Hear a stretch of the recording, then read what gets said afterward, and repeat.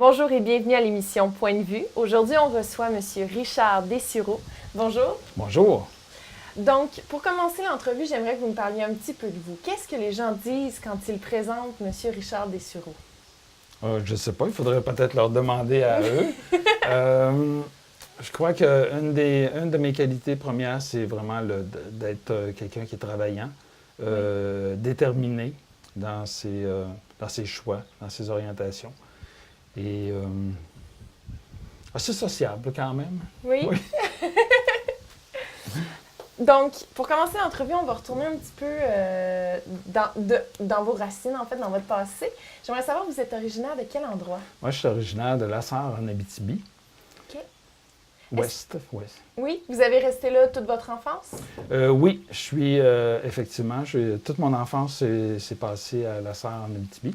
Et donc, à l'école primaire, secondaire, le collégial à Rouyn-Noranda, l'Université de Québec. OK. Est-ce que vos parents étaient originaires de La Sarre en tant que tel? Non, mes parents étaient originaires de La Reine, en Abitibi. Ah. Parce qu'il faut savoir que les Dessureau sont tous originaires de la région de Saint-Stanislas, tout près de Trois-Rivières. Okay. Au nord de Trois-Rivières. Et donc, il y a plusieurs branches de Dessureau au niveau de la colonisation dans les années 1920-1925. Et donc, il y avait des Dessureau à La Reine, il y avait des Dessureau à Dupuis, il y en a eu à Macamic, à Amos, c'est ça. Et pourquoi est-ce que vos parents ont déménagé à La Sarre? Ben, c'est pour le travail. Il faut se rappeler que dans les années 50 et 60, bon, mais là, il y avait déjà un mouvement pour d'urbanisation, c'est-à-dire que le travail était plus en ville par rapport à la campagne. Ouais. Donc, les jeunes sortaient des campagnes pour se trouver du travail en ville. Donc, mon père était beurrier à ce moment-là et ma mère avait terminé ses études assez tôt quand même. Puis, elle a toujours travaillé, mais dans divers commerces de services. OK, d'accord. Et est-ce que vous aviez des frères et sœurs? Oui, dans la famille, nous sommes 3. Donc, c'est moi l'aîné et j'ai un jeune frère et une jeune sœur. D'accord. Comment c'était la vie de famille quand vous étiez jeune à La Sarre? Ah, mais chez nous, tout le monde travaillait parce que mes parents étaient ce qu'on peut appeler des workaholics. Oh, OK. Ah oui, c'était des très grands travailleurs. Donc, ils lésinaient jamais sur le nombre d'heures à mettre sur des projets. Donc, on a toujours été, on a été élevé dans un monde occupé. Donc, c'était la vie de famille. On avait une ferme. Donc, mon père a été mécanicien, a été beurrier, ensuite conducteur de camions de déneigement, mécanicien. Il était très bon mécanique. Ouais. Et avec son frère, ils ont ont acheté un garage et se sont spécialisés en moteur, transmission, carburateur, etc. dans les années 75.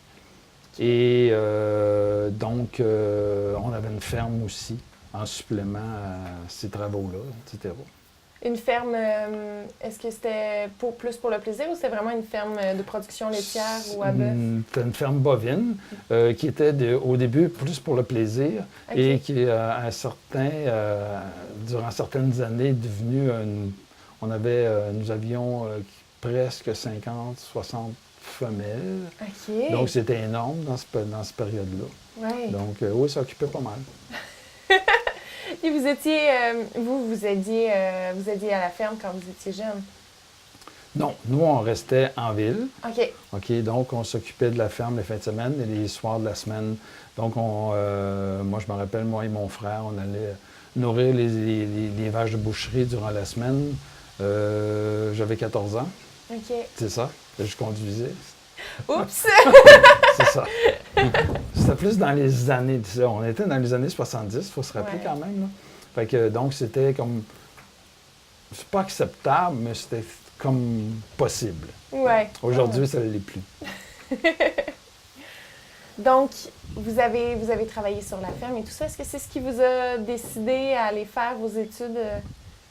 Disons que l'expérience que j'avais avec les animaux, même si elle n'était pas d'une très grande qualité ou très forte, me donnait une certaine connaissance en agronomie ou en agriculture, mais j'ai été recruté par... dans ma jeunesse, j'ai travaillé... il y avait des programmes dans les garages comme étudiant, etc. Donc, à la Sarre Auto, j'ai travaillé comme commis aux pièces, remplaçant pendant 2 étés. Et j'avais 13-14 ans, 14-15 ans peut-être à ce moment-là. Et Richard Pelletier, qui était agronome à la Sarre à ce moment-là, il était client du garage de la Sarre Auto. Et il m'avait dit Hey, tu ferais un bon agronome, toi, as-tu pensé à l'agronomie? Puis là, j'avais parti à rire. Je dis Voyons donc, m'en aller en agronomie, qu'est-ce que c'est ça? Fait que, mais finalement, avec des recherches, puis ça a été le premier contact que j'avais eu avec l'agronomie, puis qui a éveillé. C'est ça, qui a éveillé ma curiosité à ce moment-là. D'accord. Donc, quand vous avez décidé quelle formation vous alliez faire au cégep, est-ce que vous aviez déjà cette idée-là derrière la tête? Non, pas du tout. Au cégep, j'étais en ce qu'on appelle en sciences de la santé. Aujourd'hui, c'est séparé en sciences pures et non. Dans le temps, c'était sciences santé et sciences pures. Aujourd'hui, c'est sciences nature, je crois. Donc, j'étais en sciences de la santé et c'est à la fin du DEC que là, on fait une sélection. Puis j'avais fait 2-3 options, pas beaucoup, puis j'ai été retenu à l'Université Laval. Ah, wow! En agronomie. En agronomie, Ouais. d'accord. Donc ça, vous avez décidé ça plus près justement de l'université. Est-ce que vous aviez d'autres, quand vous étiez plus jeune, est-ce que vous aviez d'autres rêves de qu'est-ce que vous vouliez devenir? OK. Oui, ben j'avais la première option était en médecine dentaire. Oh, J'étais bon à l'école, c'est ça, et j'avais appliqué en médecine dentaire. Mais c'est là que c'est lorsque j'ai passé l'examen d'admission, c'est là que j'ai réalisé que j'avais on va appeler ça des lacunes. D'accord. OK. C'est que je suis pas capable de travailler en 3 dimensions. Je ne suis pas capable de décomposer des choses. Et l'examen d'admission nous faisait travailler des cubes et des points. Puis là, il fallait décomposer les cubes en pans. Et qu'est-ce que c'est ça? J'ai jamais... Puis même, tu vois, aujourd'hui, après 40 ans presque, je me rappelle encore de l'examen d'admission parce que c'était comme quelque chose qui... J'étais incapable j'étais incapable de décomposer les cubes et de placer les points à la bonne place, etc. Ça a été ma première... on ne appellera pas ça un échec, mais ça a été ma première constatation. C'est pour ça qu'en mécanique, finalement, je n'étais pas très bon. Parce qu'en mécanique, ça prend une mémoire visuelle, une mémoire en 3 dimensions, ou dans l'espace, où sont placés les vis, les bottes, les pièces. Et quand on démonte et on remonte, ça prend cette espèce de mémoire-là que moi, j'avais pas. J'étais bon à l'école, j'avais une mémoire visuelle, j'étais capable de lire, retenir, etc. Mais pas ce côté 3 dimensions-là. Oui, ah d'accord. Puis même aujourd'hui, je ne l'ai pas. Non, c'est non, ça. je peux le pratiquer un peu, là. Oui, je l'ai pratiqué avec le temps, là. Mais non, je ne l'ai pas du tout. Ah, mais c'est intéressant, par exemple. Donc, vous êtes parti dans l'agronomie en ayant fait un peu de recherche, mais en sachant pas trop dans quoi vous vous lancez. Bien, je savais c'était quoi. Ouais. OK, je savais comment gagner un agronome. Ouais. Ça, vous le saviez. Ça, c'est important. Non, mais... non, je savais c'était quoi l'agriculture. M. Pelletier m'avait quand même... J'avais été à son bureau, j'avais rencontré le directeur du bureau à ce moment-là, à la Sarre, qui était Pierre Perrat, qui était tout un agronome avec toute une aura de développement de l'agriculture. Parce qu'à ce moment-là, le ministère de l'Agriculture était très, très impliqué. Il n'y avait pas de compagnie privée dans les années 70, très peu de compagnies privées qui œuvraient en agriculture. Donc, tout était la responsabilité du ministère de l'Agriculture. D'accord. Colonisation, même, il y avait la colonisation qui a disparu en 75-76 du mot ministère de l'Agriculture et de la colonisation, qui est devenu ministère de l'Agriculture du Québec. Donc, en fusionnant le tout. Donc, c'est ça. Oui. D'accord. Puis comment... Est-ce que vous aimiez l'école? Quand vous étiez... Oui, mais j'étais bon à l'école. Oui, puis j'aimais l'école. Ouais. J'étais très bon, j'étais performant. J'étais toujours dans les premières classes, etc. Puis j'avais les notes à ce moment-là aussi pour aller en médecine dentaire. J'aurais eu les notes pour y aller aussi après le cégep. Malgré une jeunesse assez tumultueuse, là, malgré un cégep assez tumultueux, j'aurais eu quand même des notes prières. Oui, mais au cégep, vous avez dû déménager à Rouen, mais vous êtes retrouvé à quoi, 17 ans, en appartement? Oui, c'est ça. Avec des amis, c'est ça. C'est ça, oui. Donc, ensuite, vous êtes allé à l'université. Comment ça a été L'Université Laval, ça a été bien. Ouais. C'était... ça aussi, c'est spécial. C'est très spécial, l'Université Laval. C'est que nous devions entrer la cohorte de 1976. Il y a eu une grosse grève à l'Université Laval. Une grève qui a duré plus de 6 mois. Okay. Et donc, au lieu d'intégrer l'école, puis là, tout le monde a réservé là, les appartements, les résidences et tout. Et grève. Donc, pas d'entrée à l'école au mois de septembre. Oh là là. Et donc, ça a été, on a commencé l'année en janvier 2017. Et là, on a fait 2 ans, OK, à partir de janvier 2017, on a fait 1 an complet à partir de janvier, aller jusqu'à juillet, août. Okay. Puis on a recommencé au début septembre avec l'année normale. Donc, on a compensé. Oh, oui. OK. Donc, cet été-là, bon, là, on avait abandonné les appartements. Là, j'ai été en résidence, finalement, parce qu'il y avait de la place. Les gens avaient complètement abandonné. Plusieurs n'ont pas repris l'école en janvier. Ils ont décidé de sauter une année. Okay. Donc, la cohorte qui se présentait en agronomie à l'Université Laval était très spéciale. C'était des déterminés, des gens qui avaient décidé qu'ils y allaient. Donc, on était très contestataires. Et c'était des années, c'était des années drôles. C'était des années très spéciales. Notre cohorte était très spéciale parce qu'on était moins. On était très soudés. Aller à l'école l'été, j'ai connu ça une fois dans ma vie. C'est très spécial aussi. Ouais. Donc, en plein mois de juillet, tu as des examens ou un lab de biochimie qui dure, qui commence à 1h l'après-midi puis qui termine à 7h le soir, en plein vendredi de canicule. C'est merveilleux. Très, très, très merveilleux. C'est ça. Mais disons que c'était une belle expérience.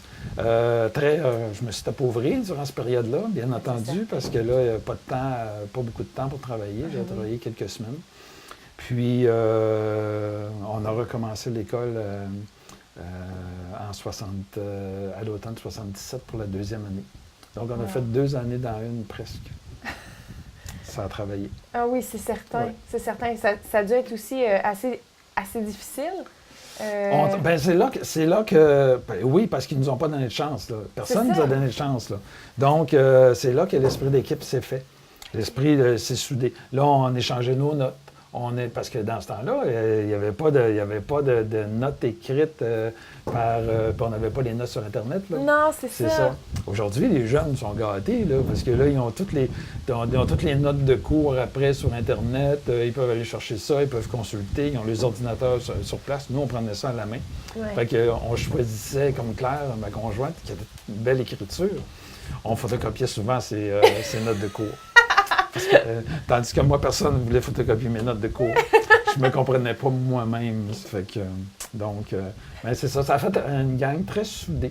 Ouais. Et donc, lorsqu'on avait des professeurs tortionnaires, qu'on peut appeler, tu sais, les genres de profs là, avec correction négative. Là. Donc, tu as 50 questions, puis c'est vrai ou faux avec correction négative. Fait que si tu te trompes, tu perds moins 1. OK? Fait que la première fois... là, ça a une moyenne de 32 % là, à l'examen. Okay. C'était vraiment pour te pénaliser, c'était pas pour te tester. Là. Ouais. Ça ne te permettait pas de savoir tes connaissances, c'était pour pénaliser des gens.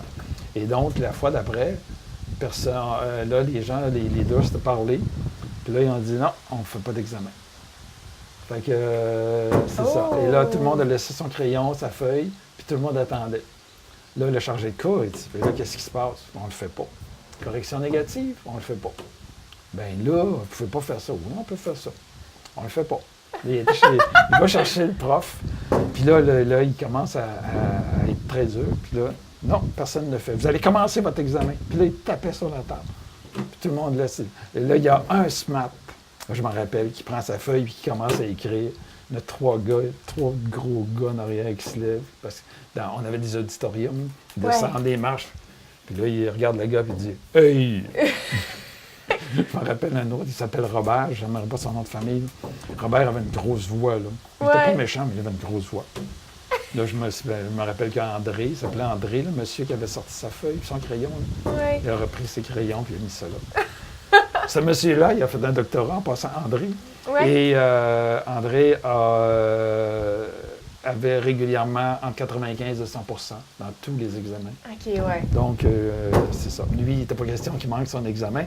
On ne voulait pas qu'il le manque non plus. Mais, et là, finalement, le professeur a dit c'est correct, il n'y aura pas de correction négative. Tout le monde a sorti ses feuilles, on commence avec l'examen.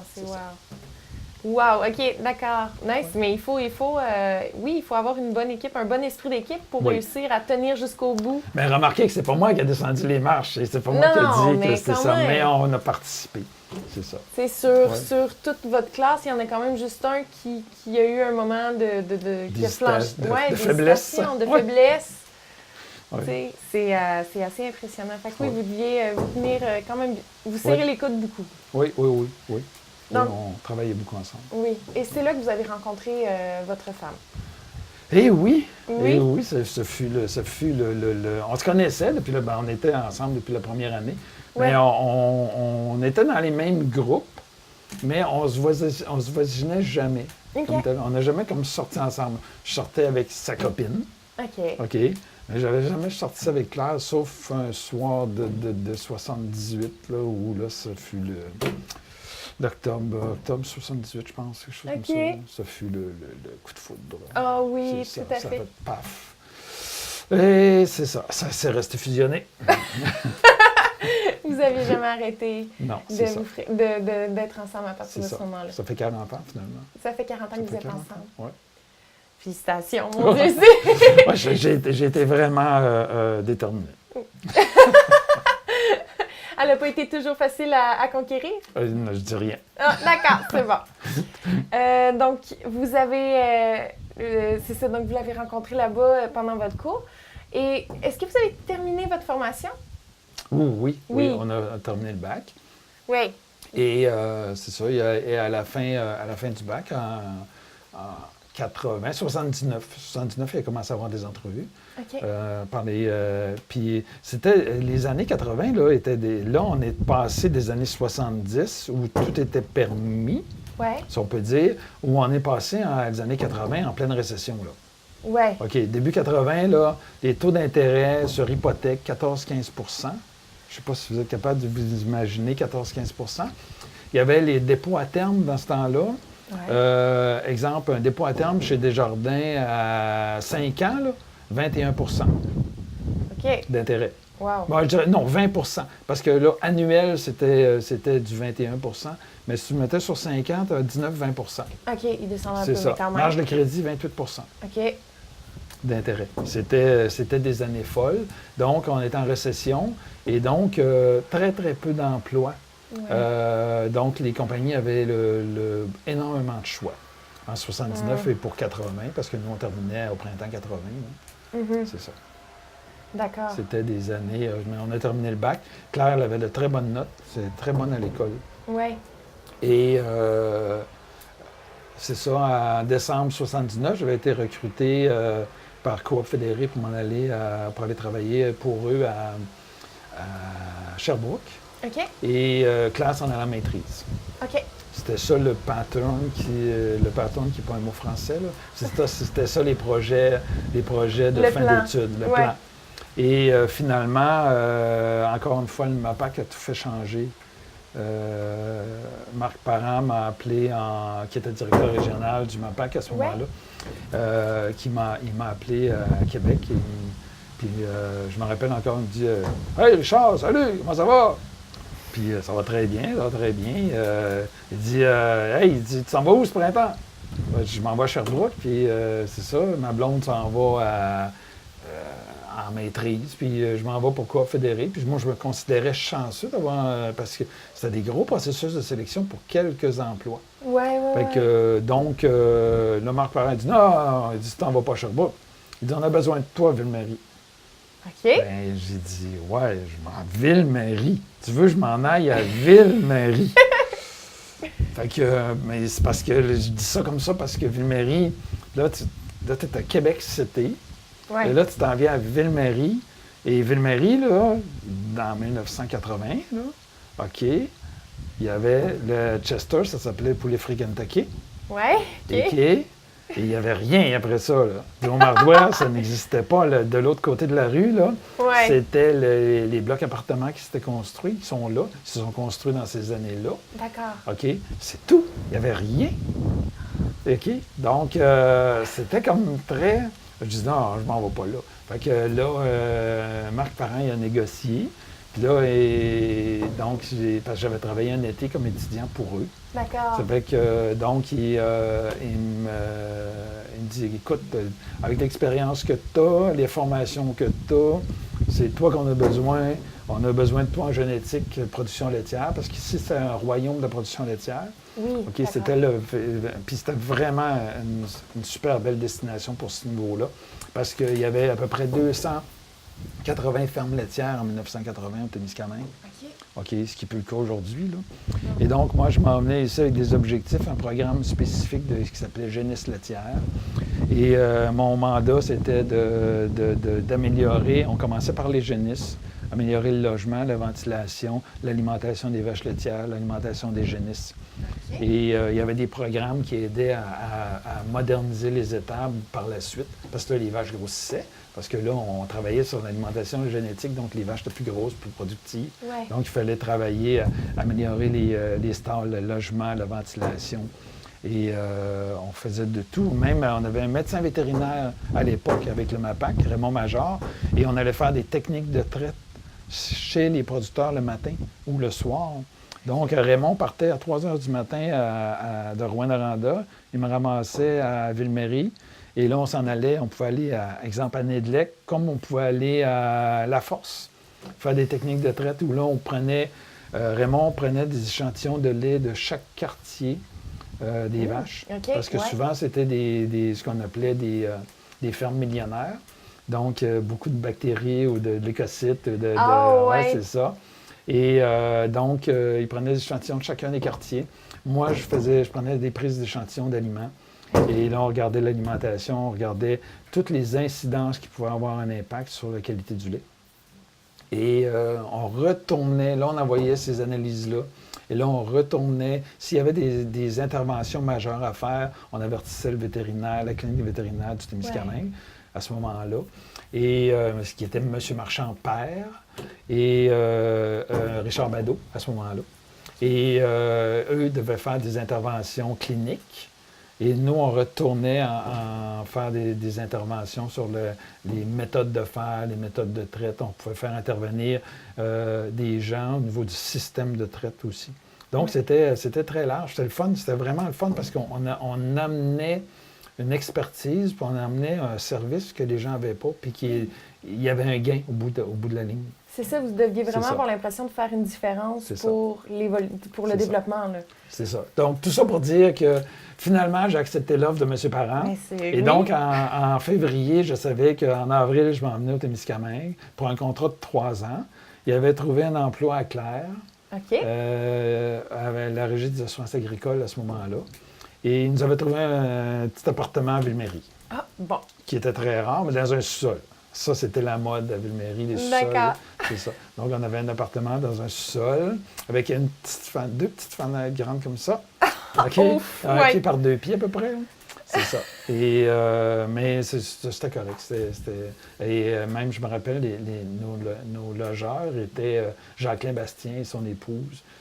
Et il y avait un commerce de couture, c'est ça, de tissu et de couture en haut de...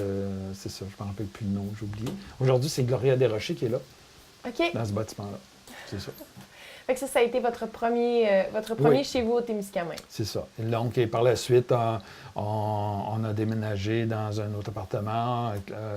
On a eu un bébé, Philippe. Ensuite, on a eu Catherine en 83. Et là, le contrat s'est prolongé de 2 ans.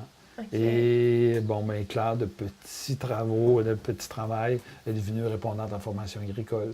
Moi, j'ai eu une permanence. Donc, c'est comme ça qu'on a continué. à rester ici. Puis le MAPAC a gardé une implication quand même très forte, assez forte en production laitière jusqu'en 1995. OK. Par la suite, c'est complètement retiré. Donc, j'ai dû me recycler en production bovine, en agro-environnement, démarrage d'entreprise, un peu de tout. Oui, d'accord. C'est ça. J'ai fait un peu de tout, c'est ça. Tout à l'heure, hors d'onde, vous me parliez que lorsque justement vous travailliez dans ces années-là, il y avait eu la visite de la Semaine verte, qui avait été toute une aventure, en fait. Est-ce que vous voulez m'en parler un petit peu? Ah ben oui, avec plaisir. Oui, parce que c'est de bons souvenirs.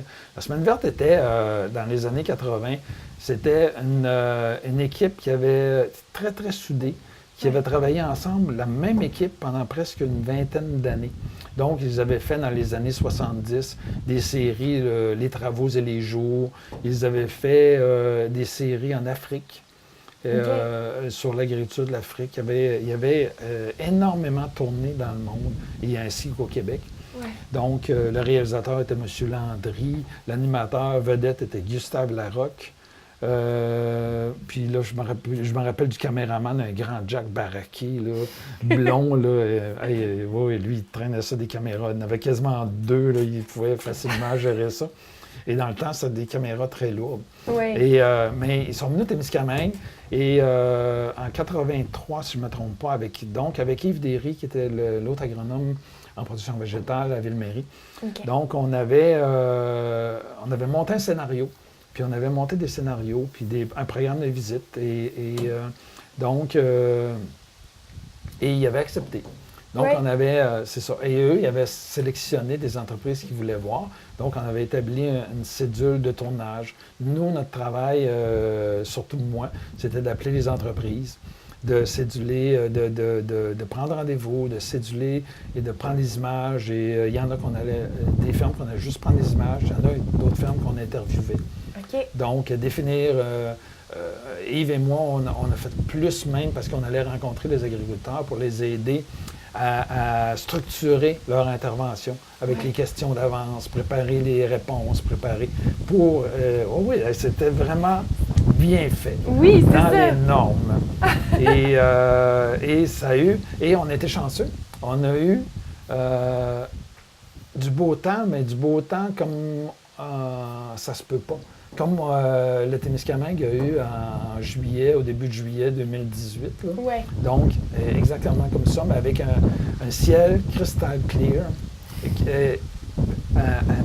une brillance. Ça donnait une brillance dans les images qui faisait qu'on regardait les images puis on avait juste le goût de venir au Témiscamingue. Oui, tout à fait. Puis ça l'a donné... est-ce que ça a donné une émission ou une série d'émissions au final? Ça a donné, c'est ça. Dans le temps, la Semaine verte était très écoutée. C'était une émission qui était très, très écoutée le dimanche et que les agriculteurs ne manquaient pas. Donc, au Témiscamingue, on avait tourné 3 émissions et l'Abitibi avait tourné 2 émissions. D'accord. Et donc, ça a été passé à plusieurs reprises. Et il y avait eu quelques reportages individuels sur des entreprises qui ont passé à d'autres moments. OK. C'est ça. Oh, wow! OK, ça devait être vraiment un gros projet enlevant. Puis à ce moment-là, nous, on avait une spécialité aussi en Abitibi-Témiscamingue qui était les silomeules.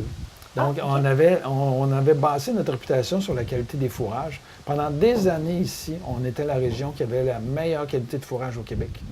Puis on travaillait sur des techniques avec l'aide de Kapuskasing, justement, du centre de recherche de Kapuskasing, pour trouver des nouvelles méthodes de conservation de l'ensilage. Donc, on a travaillé des silomeules, des silos-fosses, sur différentes techniques avec l'acide formique pour vraiment acidifier les mélanges avant pour enlever la fermentation. Donc, on a travaillé de différentes façons avec ces gens-là. Et pendant presque 15 ans, de 80 à 95, même 2000, les gens faisaient des silomeules. Et le MAPAC, nous, on allait aider les gens même à construire leurs silomeules sur place. Je me rappelle l'année de lait qu'il y avait Gabriel Barrette, le père de Cyril Barrette, là. Donc, il faisait des silomeules. Et selon la technique, puis on organisait des voyages, on amenait les producteurs à directement à Kapuskasing pour qu'ils aillent voir les techniques de fabrication. Okay. On faisait amener les gens de Kapuskasing ici pour démontrer comment ça fonctionnait. Wow! Ah, mais c'est wow! Ça devait être assez... Ah oui, c'était très actif. C'était vraiment bien. Oui? Vraiment bien. Oui. Et c'était un bel exemple de transfert technologique. Donc, on avait un centre de recherche associé à une organisation comme le MAPAC qui allait directement sur les fermes pour faire du transfert technologique, mais en plus, qui dépassait le stade de juste donner une recette, qui se mettait les mains à la pâte pour aider les gens à terminer la recette. Tout à fait. Oui. Puis vous, à travers tout ça, parce que vous deviez, les journées devaient être longues, là, vous travaillez beaucoup dans cette période-là. Est-ce que vous trouviez le temps de vous impliquer bénévolement dans d'autres trucs? Oui. Bien, c'est sûr que les journées étaient longues, mais on est des travailleurs fonctionnaires. Donc, on est payé de 8h30 à 4h30. C'est sûr que quand on dépassait le temps, il y avait toujours du temps supplémentaire qui pouvait être repris, etc. Ouais. Est-ce que ça arrivait souvent que vous dépassiez ou c'était quand même assez Non, c'était correct. Il y en avait des grosses équipes. On avait des bonnes équipes. En 1980, l'été, au MAPAC, à Ville-Marie, on avait 20 à 25 personnes dans le bureau. D'accord. C'était du monde. Oui. On occupait tout le deuxième étage presque du bâtiment où le MAPAC est situé aujourd'hui. Oui. On pouvait occuper presque tout le deuxième étage à nous tout seuls. Aujourd'hui, le MAPAC n'occupe une petite superficie. Oui. Ne tombons pas dans la nostalgie. Mais oui, mais là, il y avait les enfants ont poussé. Moi, ils ont grandi. On avait des enfants, là, Philippe, Catherine. Puis pour moi, c'était très important que les enfants travaillent à l'école. Donc, qu'ils soient bons à l'école, que l'école soit importante. Pas qu'ils soient bons, mais qu'ils travaillent pour avoir des résultats. Ouais. Et aussi qu'il y ait des activités sportives. Ah, d'accord. Mais à ce moment-là, dans les années 80, Nintendo n'était pas très, très développé. Non, ça s'est développé peut-être un petit peu après, mais donc, c'est ça, les jeunes faisaient des activités sportives. Donc, Catherine, Philippe a fait du hockey. Et ils ont fait un peu de judo, ils ont fait du hockey, de la natation, beaucoup. Okay. Et Catherine, elle a fait un peu de hockey, elle a fait du patinage artistique à ce moment-là. Et sa passion pour le vélo est venue plus tard. Ouais. C'est ça. Donc, et ensuite, Nicolas et François sont arrivés. Eux aussi ont fait du hockey, ils ont fait de la natation. Mais ils étaient bons, ils étaient vraiment bons au hockey. Ils ont fait plus de hockey, ces deux gars-là, parce qu'ils étaient performants. Donc, vous avez 3 garçons et une fille. Oui, c'est ça. D'accord. Oui. Donc, il fallait suivre les activités à l'école. Ouais. Donc, il fallait suivre... puis dans ce temps-là, il y a les comités d'école. Il fallait s'impliquer au niveau des comités d'école. Les activités. C'est vrai, Catherine, elle faisait du volleyball aussi. Okay. Donc, c'est quand on suit les activités, là, il y avait des jeunes à ce moment-là. Puis aujourd'hui, c'est difficile de concevoir ça. On a des arénas au Témiscamingue qui sont sous-utilisés. Mais je peux vous dire que dans les années 80, le patinage artistique, c'est le dimanche matin à 5 heures. OK? Donc, oui, c'est ça. Là, donc, tu te lèves, puis là, papa, il se lève, puis là, c'est du patinage artistique. Ça fait que papa, il se lève avec sa fille. Puis là, il se fait son café qu'il met dans une tasse. Puis là, il s'en va s'asseoir dans l'aréna glacée. Pendant 2 heures. Oui, à regarder sa fille faire des pirouettes et des arabesques. Oui. Et c'est ça. Mais c'était ça. C'était ça. Tu peux pas envoyer ton enfant qui a 6 ans, 7 ans, 8 ans, l'envoyer toute seule. Même si on reste à côté de l'aréna, tu ne l'envoies pas le dimanche matin. Il fait froid à 5 heures du matin, il s'en allait de l'aréna, ça se fait pas. Fait que tant qu'à y aller, j'emmenais mon café, j'emmenais un livre, puis on lisait. Fait que vous étiez vraiment dévoué pour l'éducation puis les loisirs de vos enfants, le sport, tout ça. Oui, puis avec ça vient aussi, il y a toujours les clubs, le club de patinage artistique. Ouais. Il y a besoin de fonds. Fait que là, siège sur le CA, on travaille à ramasser des fonds. Le hockey mineur, c'est pareil. Donc, on travaille à ramasser des fonds, organiser un tournoi de hockey, organiser une autre activité, etc. pour les jeunes, finalement. Oui. C'est ça. Puis, mais c'est quelque chose que vous avez toujours aimé faire, vous impliquer comme ça. Oui. Ça vous vient Ça allait dans la normalité des choses. Oui. C'est ça. Tu donnes, tu reçois, il faut que tu donnes. Okay. Moi, puis c'est comme être instructeur au hockey. J'ai été instructeur non, pas pour Philippe, mais je suivais les activités. Mais pour Nicolas François, j'ai été instructeur. Okay. Et Moi, quand j'étais jeune, j'ai des gens qui m'ont suivi au hockey, qui m'ont formé, qui ont coaché. Puis c'était normal que je donne à mon tour. Là, vous avez eu vos enfants ont grandi. Est-ce que vos enfants étaient encore là quand vous avez commencé votre gros projet qui est le domaine des Ducs? Le vignoble. Le vignoble? Oui, ils ont participé d'ailleurs.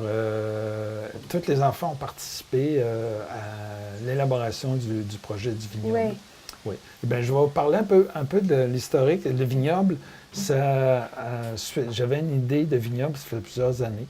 Oui. Et on avait un projet de ferme laitière. OK. Nous, moi et Claire, on désirait avoir notre propre entreprise. Ça faisait déjà quelques années, au début de 90.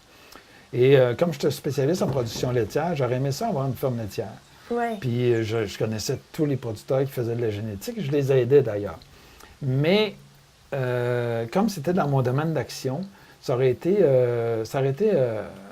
facile de me taxer de conflit d'intérêts ou donc, c'était comme... J'aurais été sur une ligne, malgré que le conflit d'intérêts n'existait pas beaucoup à ce moment-là. On s'est parlé. J'en ai parlé à des producteurs avec qui j'étais en bonne relation ou en relation serrée, comme Yvan Jacques, entre autres. Puis là, c'est ça. Mais on en est venu à la conclusion que ça deviendrait problématique. Ouais. Donc, c'était pas une bonne idée. Mais le projet est resté. Et là, j'ai commencé à regarder pour la vigne, puis les arbres fruitiers. Ça a commencé avec les pommes. OK. Puis, donc, de regarder pour les pommiers. Puis là, je m'étais informé au MAPAC à Québec. Puis là, j'avais fait rire de moi. Des pommes au Témiscamingue. Puis j'ai dit, voyons donc, j'ai des vignes chez nous, j'ai des pommiers. Puis là, ils m'ont dit, non, des vignes sur le bord de la maison, c'est bien beau, là, mais tu peux pas faire un projet avec ça. Là, ça m'a un peu piqué. Mais c'était pas dans ma spécialité. Là, j'ai fait venir des livres, puis là, j'ai commencé à regarder. J'ai acheté des livres, crime, mais il me semble que ça se pouvait. Fait que, donc, mais là, mon idée s'est su. Il y a quelques personnes qui ont fait des essais, puis c'était correct.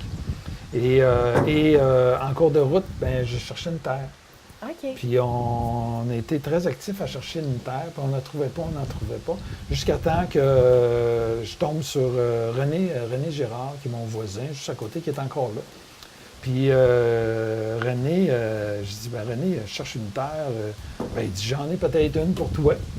Fait que là, on a regardé ça, puis j'ai acheté 65 acres. Nous avons acheté, Claire et moi, 65 acres. On a séparé, parce que le lac séparait ses lots. Donc, on a acheté de ce côté-ci, durant A, on a acheté le lot 1 et 2. OK. La portion qui était de l'autre côté de la baie Girard. Fait que 65 acres. Et c'est là que le projet est parti. D'accord. Donc, on a fait détacher, par la protection du territoire agricole, on a fait détacher les lots. Et là, je me suis mis à la recherche d'expertise. OK. Et finalement, je suis tombé sur le Centre de recherche horticole de l'Ontario, qui appartenait au gouvernement de l'Ontario à ce moment-là. Et j'ai parlé au Dr. Fisher, puis j'ai dit ça, que j'étais au Témiscamingue. Puis là, elle dit, c'est au nord, ça. Je dis oui, mais c'est de l'autre côté de New Liskeard, là, puis c'est pas si au nord que ça. Puis on cultive du blé. À ce moment-là, on cultivait du blé, de l'orge d'avoine ici. Un peu de maïs, mais pas beaucoup. Il n'y avait pas les variétés qui sont connues aujourd'hui à bas degré jour. Fait que là, finalement, elle dit, viens me voir. Puis elle dit, on va regarder ça. Fait que je suis parti tout seul à Niagara, je la rencontre à son bureau, puis là, on parle. Puis là, je donnais de l'information sur le vignoble ici. Puis elle dit, là, elle m'a fait visiter le centre de recherche. Puis elle dit, laisse-moi penser à ça, puis je vais regarder ce qu'on pourrait faire pour toi. Là, dans l'automne, elle me rappelle, puis elle me dit, elle dit, Richard, elle dit, j'ai quelque chose à te proposer. Là, ils nous ont proposé, à Claire et moi, un partenariat de 5 ans où elle allait expérimenter ici, sur le terrain du Témiscamingue, au Témiscamingue, sur l'île du Collège, expérimenter différentes variétés qu'eux avaient créées, des croisements qu'ils avaient faits au centre de recherche, plus des variétés connues. pour voir les différences. Et c'est comme ça qu'on a commencé avec 40 variétés différentes, 4000 plants, une centaine d'individus au commencement. Okay. Et là, de ça, on a propagé, puis on est monté jusqu'à 11 500 plants actuellement. Wow! Et c'était drôle parce que Mme Fisher, comme elle travaillait à ce moment-là pour le gouvernement de l'Ontario, elle n'avait pas le droit de venir au Québec. Ah non? Non. C'est comme le MAPAC, à ce moment-là, n'avait pas le droit d'aller en Ontario. OK. Donc, c'était fermé, il y avait une barrière. Donc, on avait, il y a 3 années constitué qu'elle est venue voir les plans puis évaluer les plans ici. Ouais. Donc, elle s'en allait à New Liskeard. Parce qu'il y avait un centre de recherche à New Liskeard qui appartenait au gouvernement ontarien. Okay. Donc, elle laissait sa voiture à New Liskeard. Nous, on allait la chercher à New Liskeard, on l'amenait à la maison, pas qu'il y ait de frais. On mangeait à la maison, on allait travailler au champ pendant... On faisait ça 2-3 journées environ. Puis, ça permettait justement d'évaluer puis de voir où on était rendu dans le processus. Et c'était vraiment spécial. Oui. Bien, pas dans le dos, mais c'était correct. C'était correct pour nous aussi parce que nous, on apprenait. C'était la sommité dans l'Est du Canada. C'était la meilleure. Il n'y avait pas de meilleure qu'elle dans tout l'Est du Canada. D'accord. Et donc, c'était correct. Puis c'était correct aussi à la maison parce qu'on pouvait en obtenir beaucoup plus d'informations que si elle avait été à l'hôtel, etc. Oui, donc, on s'est liés d'amitié pendant quelques années après, je dirais pas plusieurs, mais pendant plusieurs années après le projet, on est restés amis. Et Claire et moi, les enfants, on allait chez elle, aller faire des visites au centre de recherche ou des visites d'entreprises, de vignobles, et on allait chez eux. Et c'est ça. Puis il était vraiment fin. Il était vraiment fin.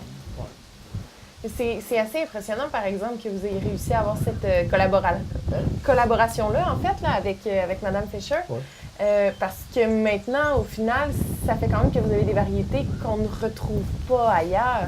Exactement. J'ai des variétés à numéro, qui n'ont pas de nom, qui n'a pas été homologué nulle part, et que j'ai ici sur place. Et en théorie, pas en théorie, en pratique, je n'ai pas le droit de les vendre, mais j'ai le droit de les propager sur mon terrain. Okay. C'était ça l'entente. D'accord. Et c'est pour ça qu'on est monté à 11 500 plants. Et donc là, on pourrait prendre de l'expansion encore pour augmenter les volumes à partir de ces variétés-là, parce qu'on a identifié vraiment 4-5 qui sont très, très performantes. Ouais. Et c'est ça. Mais la collaboration a été vitale, elle a été vraiment très intéressante. Puis, ce qu'elle m'avait dit par la suite, c'est qu'ils sont dans leur programme de croisement qu'ils avaient mis en place, parce qu'il y avait un programme pour justement les régions un peu plus nordiques où il n'y a personne autour de Niagara, de son centre de recherche, qui voulait faire des essais avec eux. Okay. Donc, il y avait des plans à essayer, puis il n'y avait personne pour réagir. Ah, donc, c'est ça, ou pour faire fonctionner. Et moi, nous, on est arrivés pile avec notre projet. Okay. Donc, on dit, hey, écoute, on a notre site pour évaluer nos variétés. Et c'est comme ça que ça s'est fait. C'est pour ça qu'elle était si assidue. Et elle a publié 2 articles de recherche sur les variétés qu'ils ont produites. Mais aussi, elle a redéfini le climat de l'Abitibi-Témiscamingue ou du Témiscamingue. OK. Parce qu'à ce moment-là, on passait par des régions à climat frais. Ouais. Il nous parlait toujours de nous autres avec des régions à climat frais. Puis elle dit, c'est pas vrai, là. Puis elle avait écrit dans son article, c'est absolument faux. Il faut revoir cette appellation-là. Puis elle a appelé notre région avec des étés courts avec ensoleillement long. OK. Parce que ça décrivait vraiment ce qui se passait ici. On avait un été un peu plus court que dans la région de Niagara, mais nos ensoleillements sont beaucoup plus longs que Toronto ou Niagara dans les périodes d'été. En juillet, on a beaucoup plus d'heures d'ensoleillement qu'eux. Ça fait que, donc, ça permet d'accumuler plus de degrés jour. Et c'est ce qui permet la maturation des plants. Oui. C'est ça. Puis je m'en rappellerai tout le temps, on était dans le champ après une pluie, là. Puis c'était humide, c'était chaud, il faisait comme 35 degrés avec l'humidité. Puis là, c'était exclamé. Il fait donc bien chaud ici. Elle dit, c'est pas vrai que dans une région fraîche, elle dit, il faut falloir revoir ça. Elle dit ça comme ça, tu sais. Eureka, tu sais. Bon. Fait que ça a comme C'est ça, ça l'a marqué, puis elle l'a écrit dans son compte-rendu de recherche. Donc, il y a eu 2 programmes de recherche qui ont été établis ici. OK. C'est ça. Fait que c'est pas les variétés sont pas spécialement faites pour les régions fraîches. C'est pas... c'est pas des variétés qui ne fonctionneraient qu'ici, disons. Là. Non, ça pourrait Justement, fonctionner ailleurs. On s'est rendu compte que... C'est ça. Par contre, elles sont résistantes au froid. Ah, ce qui est Puis, c'est ça, en termes de degrés jour, il en demande moins un peu que des variétés comme les vinifera purs, comme le Merlot, le Cabernet Sauvignon. Ouais. Cabernet Sauvignon, exemple, qui est le king des cépages dans le monde. Bon, Cabernet Sauvignon demande 155 jours de saison de maturation, de bonne saison pour maturer. Tandis que nous, ici, sur l'île, j'ai à peu près 128, 130 jours. OK. Donc, ça ne me donne rien de travailler avec Cabernet et il ne mûrira pas ici. Donc, je suis mieux de travailler avec des hybrides qui vont à l'intérieur de ma période de végétation. OK. Est-ce que ça vous est arrivé, par exemple, d'essayer avec certaines variétés puis vous rendre compte que, oh non, ici, ça ne fonctionnera pas? Oui, bien, je peux vous en parler. Là, ici, sur place, on a du chardonnay, qui est quand même aussi, j'ai parlé du king des cépages, bien, le chardonnay est peut-être la queen des cépages, parce qu'on fait du blanc, avec les chardonnays partout dans le monde. Le chardonnay pousse bien ici, puis à certaines années, il sera en maturité. Sauf que c'est une plante qui ne résiste pas aux hivers très froids. Ben, pas la plante. La plante va résister. C'est-à-dire, c'est le raisin, la production de raisin ne fonctionne pas après moins 17, moins 18 durant l'hiver. Les grappes de raisin ne produiront pas. Il n'y aura pas de grappes de raisin. Par contre, végétativement, le plant va continuer. Et Pinot Noir, c'est la même chose. Donc, j'ai travaillé avec ces variétés-là au début, puis j'ai arrêté. Parce que c'était faire une bonne récolte sur 5, sur 5 ans. C'est pas un gage de rentabilité. Donc, vous avez parti ce projet-là avec Claire et vous avez embarqué votre famille au complet dans le projet et tout ça. C'est ça. J'ai fait un grand détour, mais... Non, mais c'est correct. C'est ça. Mais c'est ça. Les enfants ont tous travaillé ici. Oui. OK. Et même, c'était drôle, parce que là, je faisais des programmes de main-d'œuvre, comme au MAPAC. OK. À 50 %. Donc, je leur donnais 5 de l'heure. OK. OK. Ouais. Donc, je les payais, mais ils n'avaient pas le droit de dépenser l'argent comme ils voulaient. Parce qu'ils étaient jeunes, ils avaient 12 ans. OK, 12-13 ans. Mais ils mettaient l'argent en banque et ils avaient le droit de dépenser l'argent sur des projets que là, on discutait ensemble. OK. Donc, vélo haut de gamme, équipement on payait les patins de patinage artistique, mais d'autres équipements que les jeunes voulaient. Mais les vélos se sont tous achetés des vélos de haute performance, des voyages, aller à des spectacles, exemple à Montréal, ou aller dans les vans, en tout cas pour des gros, c'est ça. Ça, c'était correct, j'étais partant. Mais il fallait qu'ils calculent leur budget, il fallait qu'ils établissent leur budget. Où ils allaient coucher, comment ça allait coûter, acheter leurs billets, tout le kit. Mais là, moi, je payais là 50.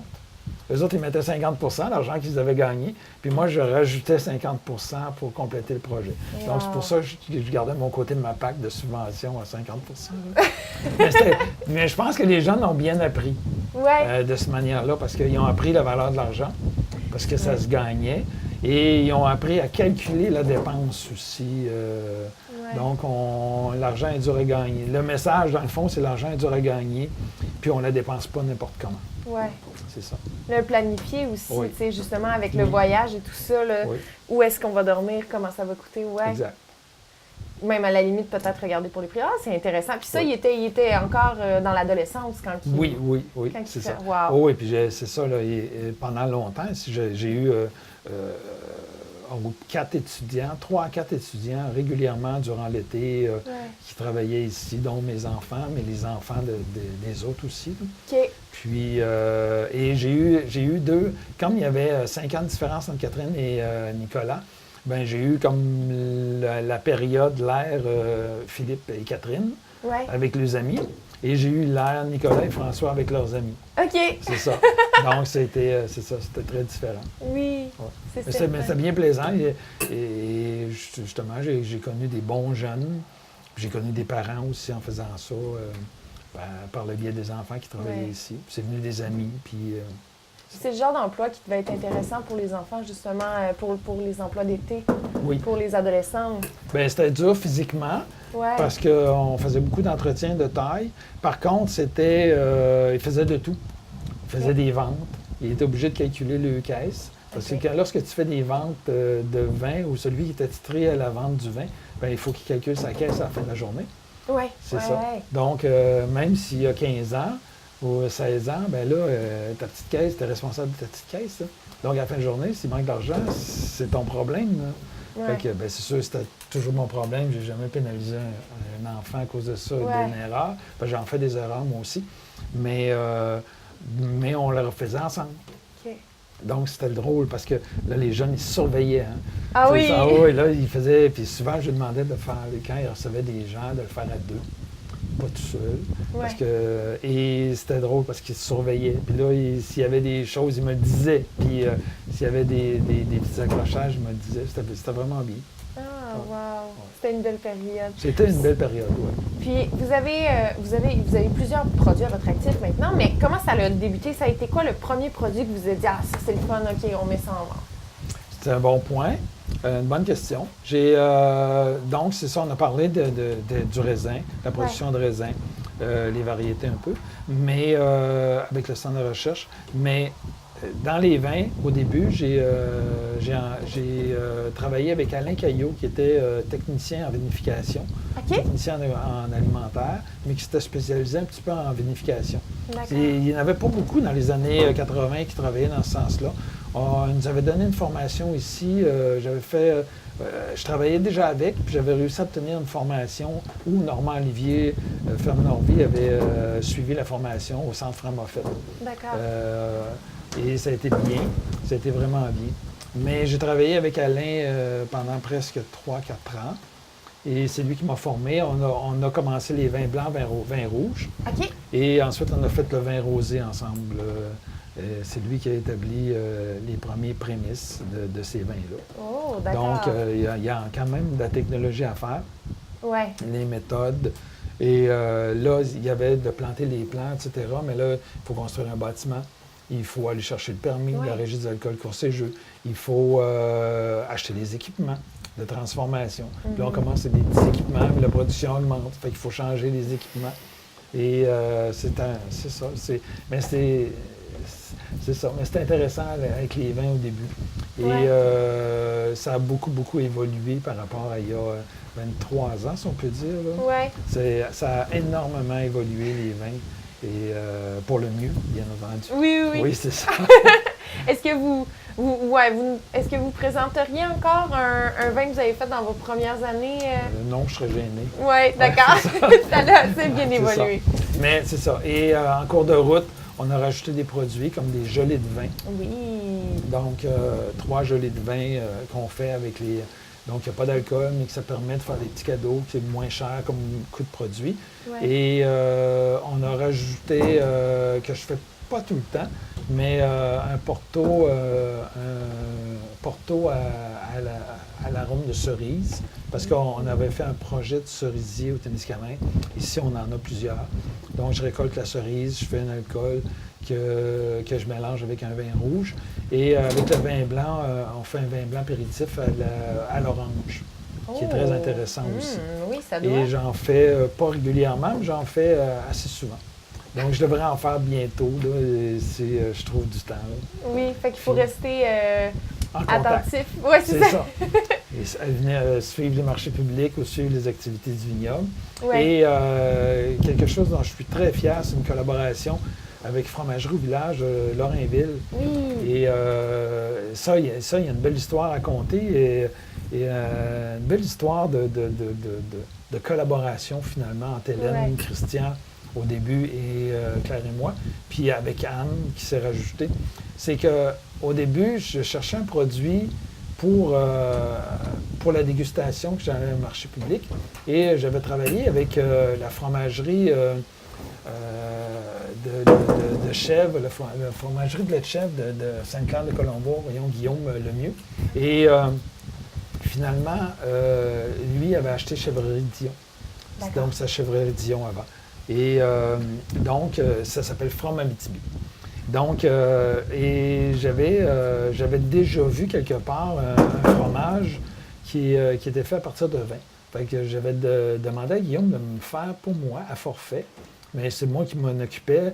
J'achetais le fromage, j'achetais tout. Je fournissais le vin. Et lui m'a fabriqué un fromage, mais qui était complètement persillé. C'était intéressant. Le goût était intéressant. Puis, mais c'était une clientèle quand même restreinte. Mais j'en donnais, j'en servais un peu. Mais c'était pas basé sur une commercialisation. Puis, je l'avais donné à Hélène. J'ai dit, goûte à ça. Fait que, parce que comme agronome, j'avais travaillé aussi avec des producteurs de chèvres à développer des produits de fromage pour diversifier la production. Parce qu'on avait eu des années difficiles en termes de vente de lait, puis que les fromageries à Toronto et à Montréal ne prenaient pas toujours le lait ou coupaient les prix. Donc, on avait essayé de diversifier, donc on avait fait du fromage et pour les producteurs de lait du Témiscamingue. Donc, intéressant. Hélène goûte au fromage. La semaine d'après, elle me rappelle, elle me dit « Ah, je veux te rencontrer avec ton fromage. » Fait que je dis « OK, c'est beau. » Puis là, elle commence à me poser des questions. « Comment tu le fais? Puis c'était quoi ta recette? » Puis là, je dis « Hélène, c'est mon secret, là, je te le dis pas. » Elle dit « C'est correct d'abord. » Elle dit « Regarde, j'ai quelque chose pour toi. » Elle dit « Moi, j'aime bien la couleur que ton fromage il sort, tout le veiné, comment il sort. » Elle dit elle dit en échange, elle dit je t'offre un produit que moi j'ai pensé faire, qui s'appelle le cœur du village, mais qu'au début on avait appelé le Sacré-Cœur, mais qui a tourné vers le cœur du village. Donc c'est un fromage, un fromage blanc, fromage pressé veiné de vin rouge, et un autre fromage avec une croûte lavée au vin rouge. Donc, le cœur du village, c'est ça. C'est les différents produits. Et on veut développer. On veut développer, mais pas énormément de produits, mais on veut continuer à s'améliorer dans les produits sur lesquels on travaille. Tout dernièrement, ça fait 1 an et demi, presque 2, on a établi une entente, on est revenu avec une firme d'énologie pour pouvoir évoluer, puis évoluer avec les nouvelles technologies, puis des meilleurs suivis. Donc, on travaille avec une petite compagnie avec des jeunes œnologues français qui ont étudié à l'Université de Montpellier. Et c'est avec eux qu'on travaille. Ils nous ont fait évoluer beaucoup à partir de janvier 2017. Donc, les premiers vins, les vins qu'on mettait en marché l'an passé. Mais cette année, avec les vins qu'on met en marché, ils ont travaillé sur tout le processus. Donc, à partir du début, le raisin, on a écrasé le raisin jusqu'à le vin qu'on commercialise cet été. Wow! Et là, c'est intéressant parce qu'on voit la différence. Il y a énormément de différence au niveau du produit. Beaucoup plus de douceur, beaucoup plus de rondeur, beaucoup plus vite aussi dans le temps. Donc, on réduit les intervalles de stockage, de vieillissement. Donc, beaucoup d'objectifs complétés avec cette firme-là. Donc, on veut continuer à apprendre avec eux. Puis c'est intéressant aussi comment vous n'êtes pas, tu sais, parce que vous avez des raisins, vous n'êtes pas arrêté à juste « je vais faire du vin ». Tu sais, vous avez développé dans la gelée, dans les fromages et tout ça. Puis vous connaissez en fait aussi beaucoup d'entrepreneurs qui font des choses semblables à vous. Bien, semblables à vous dans le sens qu'ils ont décidé de faire des produits de vin ou justement de fromage ou des choses comme ça. Puis au lieu de tomber en compétition, vous vous alliez avec eux. C'est intéressant quand même. Oui, effectivement. C'est ça qui est important. On était les premiers à chercher notre permis de boissons alcoolisées ici. Oui. Puis, malheureusement, les autres nous ont copiés. Mais, non, mais on essaie de pas aller sur les mêmes marchés. Ouais. Et je peux en parler de mes compétiteurs. Je les aime beaucoup. Même si ça ne paraît pas tout le temps, là, mais je les aime beaucoup. Mais Norvie travaille avec la fraise. Et donc, des produits qui sont complètement différents des produits à partir de raisin.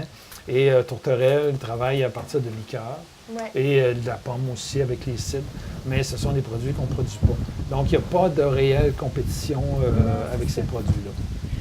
Donc, quand vous m'avez parlé de votre... quand vous avez déménagé à Ville-Marie avec Claire, vous êtes un peu arrivé de reculons. C'est parce que l'offre d'emploi était intéressante, mais c'était juste un contrat de 3 ans. Qu'est-ce qui vous a décidé à rester? C'est un bon point. Ça mérite réflexion. Oui. Et ce qui nous a décidé, je crois que c'était la qualité du milieu de vie. Ville-Marie, c'est quand même développé à partir des années 80. Ouais.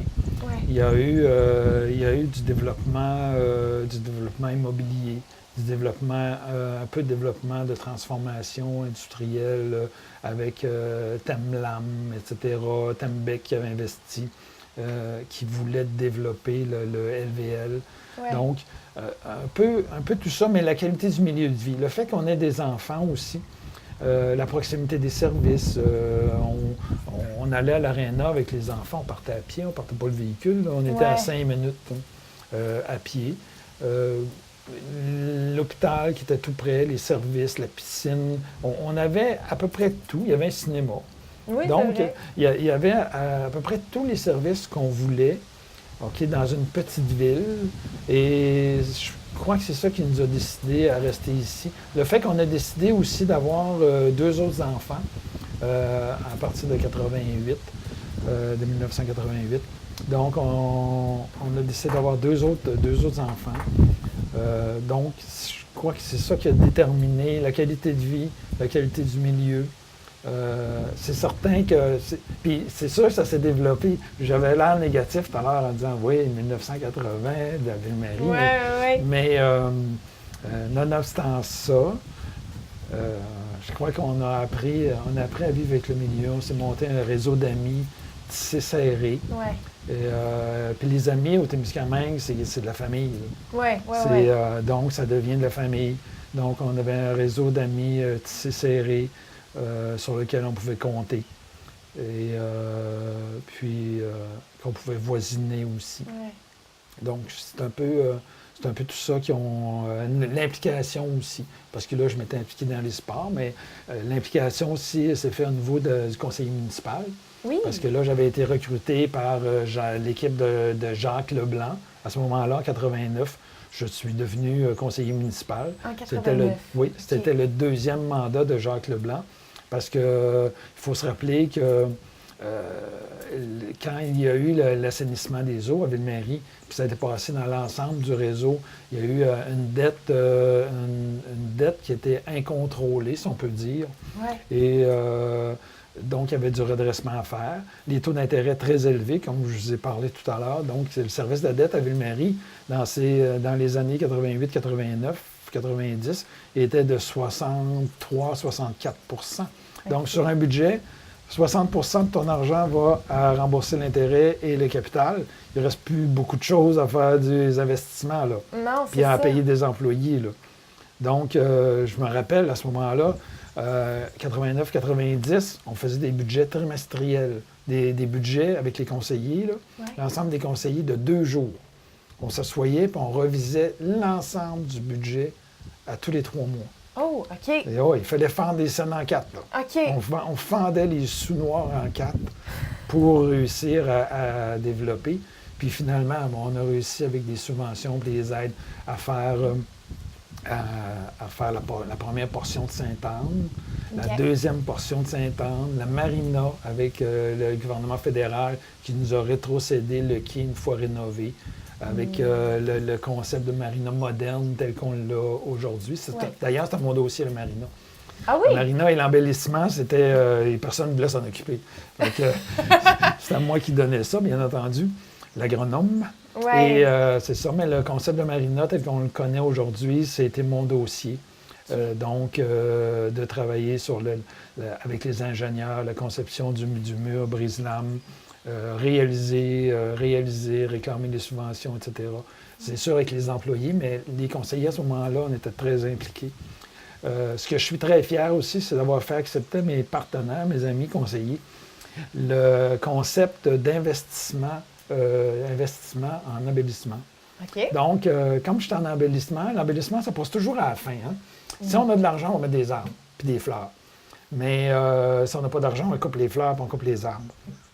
Ouais. Donc là, j'avais dit, là, ça ne marche pas. J'étais un peu frustré. Mais au lieu de me fâcher, je les ai proposé quelque chose. Là, j'ai dit, écoutez, là, à partir de maintenant, là, je suis tanné de me chicaner avec vous autres. Vous ne voulez pas vous occuper de l'embellissement, mais vous êtes bien content que je le fasse, mais vous êtes toujours les premiers à me couper. Puis, donc, Sylvain Trudel, qui était maire à ce moment-là, mais Jacques Leblanc aussi. précédemment. Fait que là, j'ai fait accepter le concept d'un arbre, c'est un investissement. OK. Donc, quand on fait la rue, le pavé uni, l'asphalte, les tuyaux, c'est des investissements. Bon, mais les arbres qu'on va mettre là, c'est de l'investissement. Et donc, on ne les paye pas avec le budget restant. Ils vont sur le budget d'investissement et d'immobilisation, donc avec l'emprunt. OK. Et là, ils m'ont regardé. Ben, ça a plein de bon sens, Richard. Fait qu'à partir de là, tous les arbres que vous voyez sur la rue Sainte-Anne, les tilleuls, c'est moi qui les ai sélectionnés. Parce qu'on n'avait pas d'argent pour se payer un agronome privé pour travailler sur le concept. Donc, c'est moi qui ai sélectionné les arbres. Puis finalement, j'ai été chanceux. Ils ont bien réussi, ils ont bien grossi. Je suis très content. Et sur les autres rues aussi. Donc, c'est comme ça qu'on réussit à développer. Puis c'est comme ça que je suis resté, en m'impliquant, puis en me demandant de m'impliquer dans des activités. Oui, parce que vous avez quand même été impliqué au niveau municipal pendant plusieurs années. Oui, j'ai fait une période de 20 ans. Oui. Et j'avais été en élection à la mairie. J'ai pas gagné. J'ai pas vraiment perdu, mais j'ai pas gagné. Et je suis revenu ensuite 4 ans comme conseiller municipal. Par la suite, OK. Par la suite. C'est jusqu'en 2017, de 2013 à 2017. D'accord. Fait que c'était quelque chose que vous aimiez, là, travailler au niveau municipal? Oui, parce que là, on travaille pour ses concitoyens. Ouais. On travaille, et là, ce qui est intéressant, c'est de la proximité du résultat. Donc, on travaille pour ses concitoyens, on travaille sur des projets en fonction des taxes qu'on retire. Ouais. Donc, on a le mandat de bien gérer l'argent des citoyens parce qu'ils nous le confient pour qu'on le gère pour eux. Donc, c'est le fun, c'est plaisant de faire ce côté-là. Puis, même si des fois on n'est pas riche, en termes de municipalité, on peut faire des belles choses. Ouais. Puis surtout, si on peut s'entendre, on peut faire encore plus de choses. C'est ça. Comme exemple, le parc du Centenaire, on n'avait pas beaucoup d'argent. Il avait été fabriqué en 1986. Bien, fabriqué. Il avait été aménagé en 86 lors du centenaire de Ville-Marie.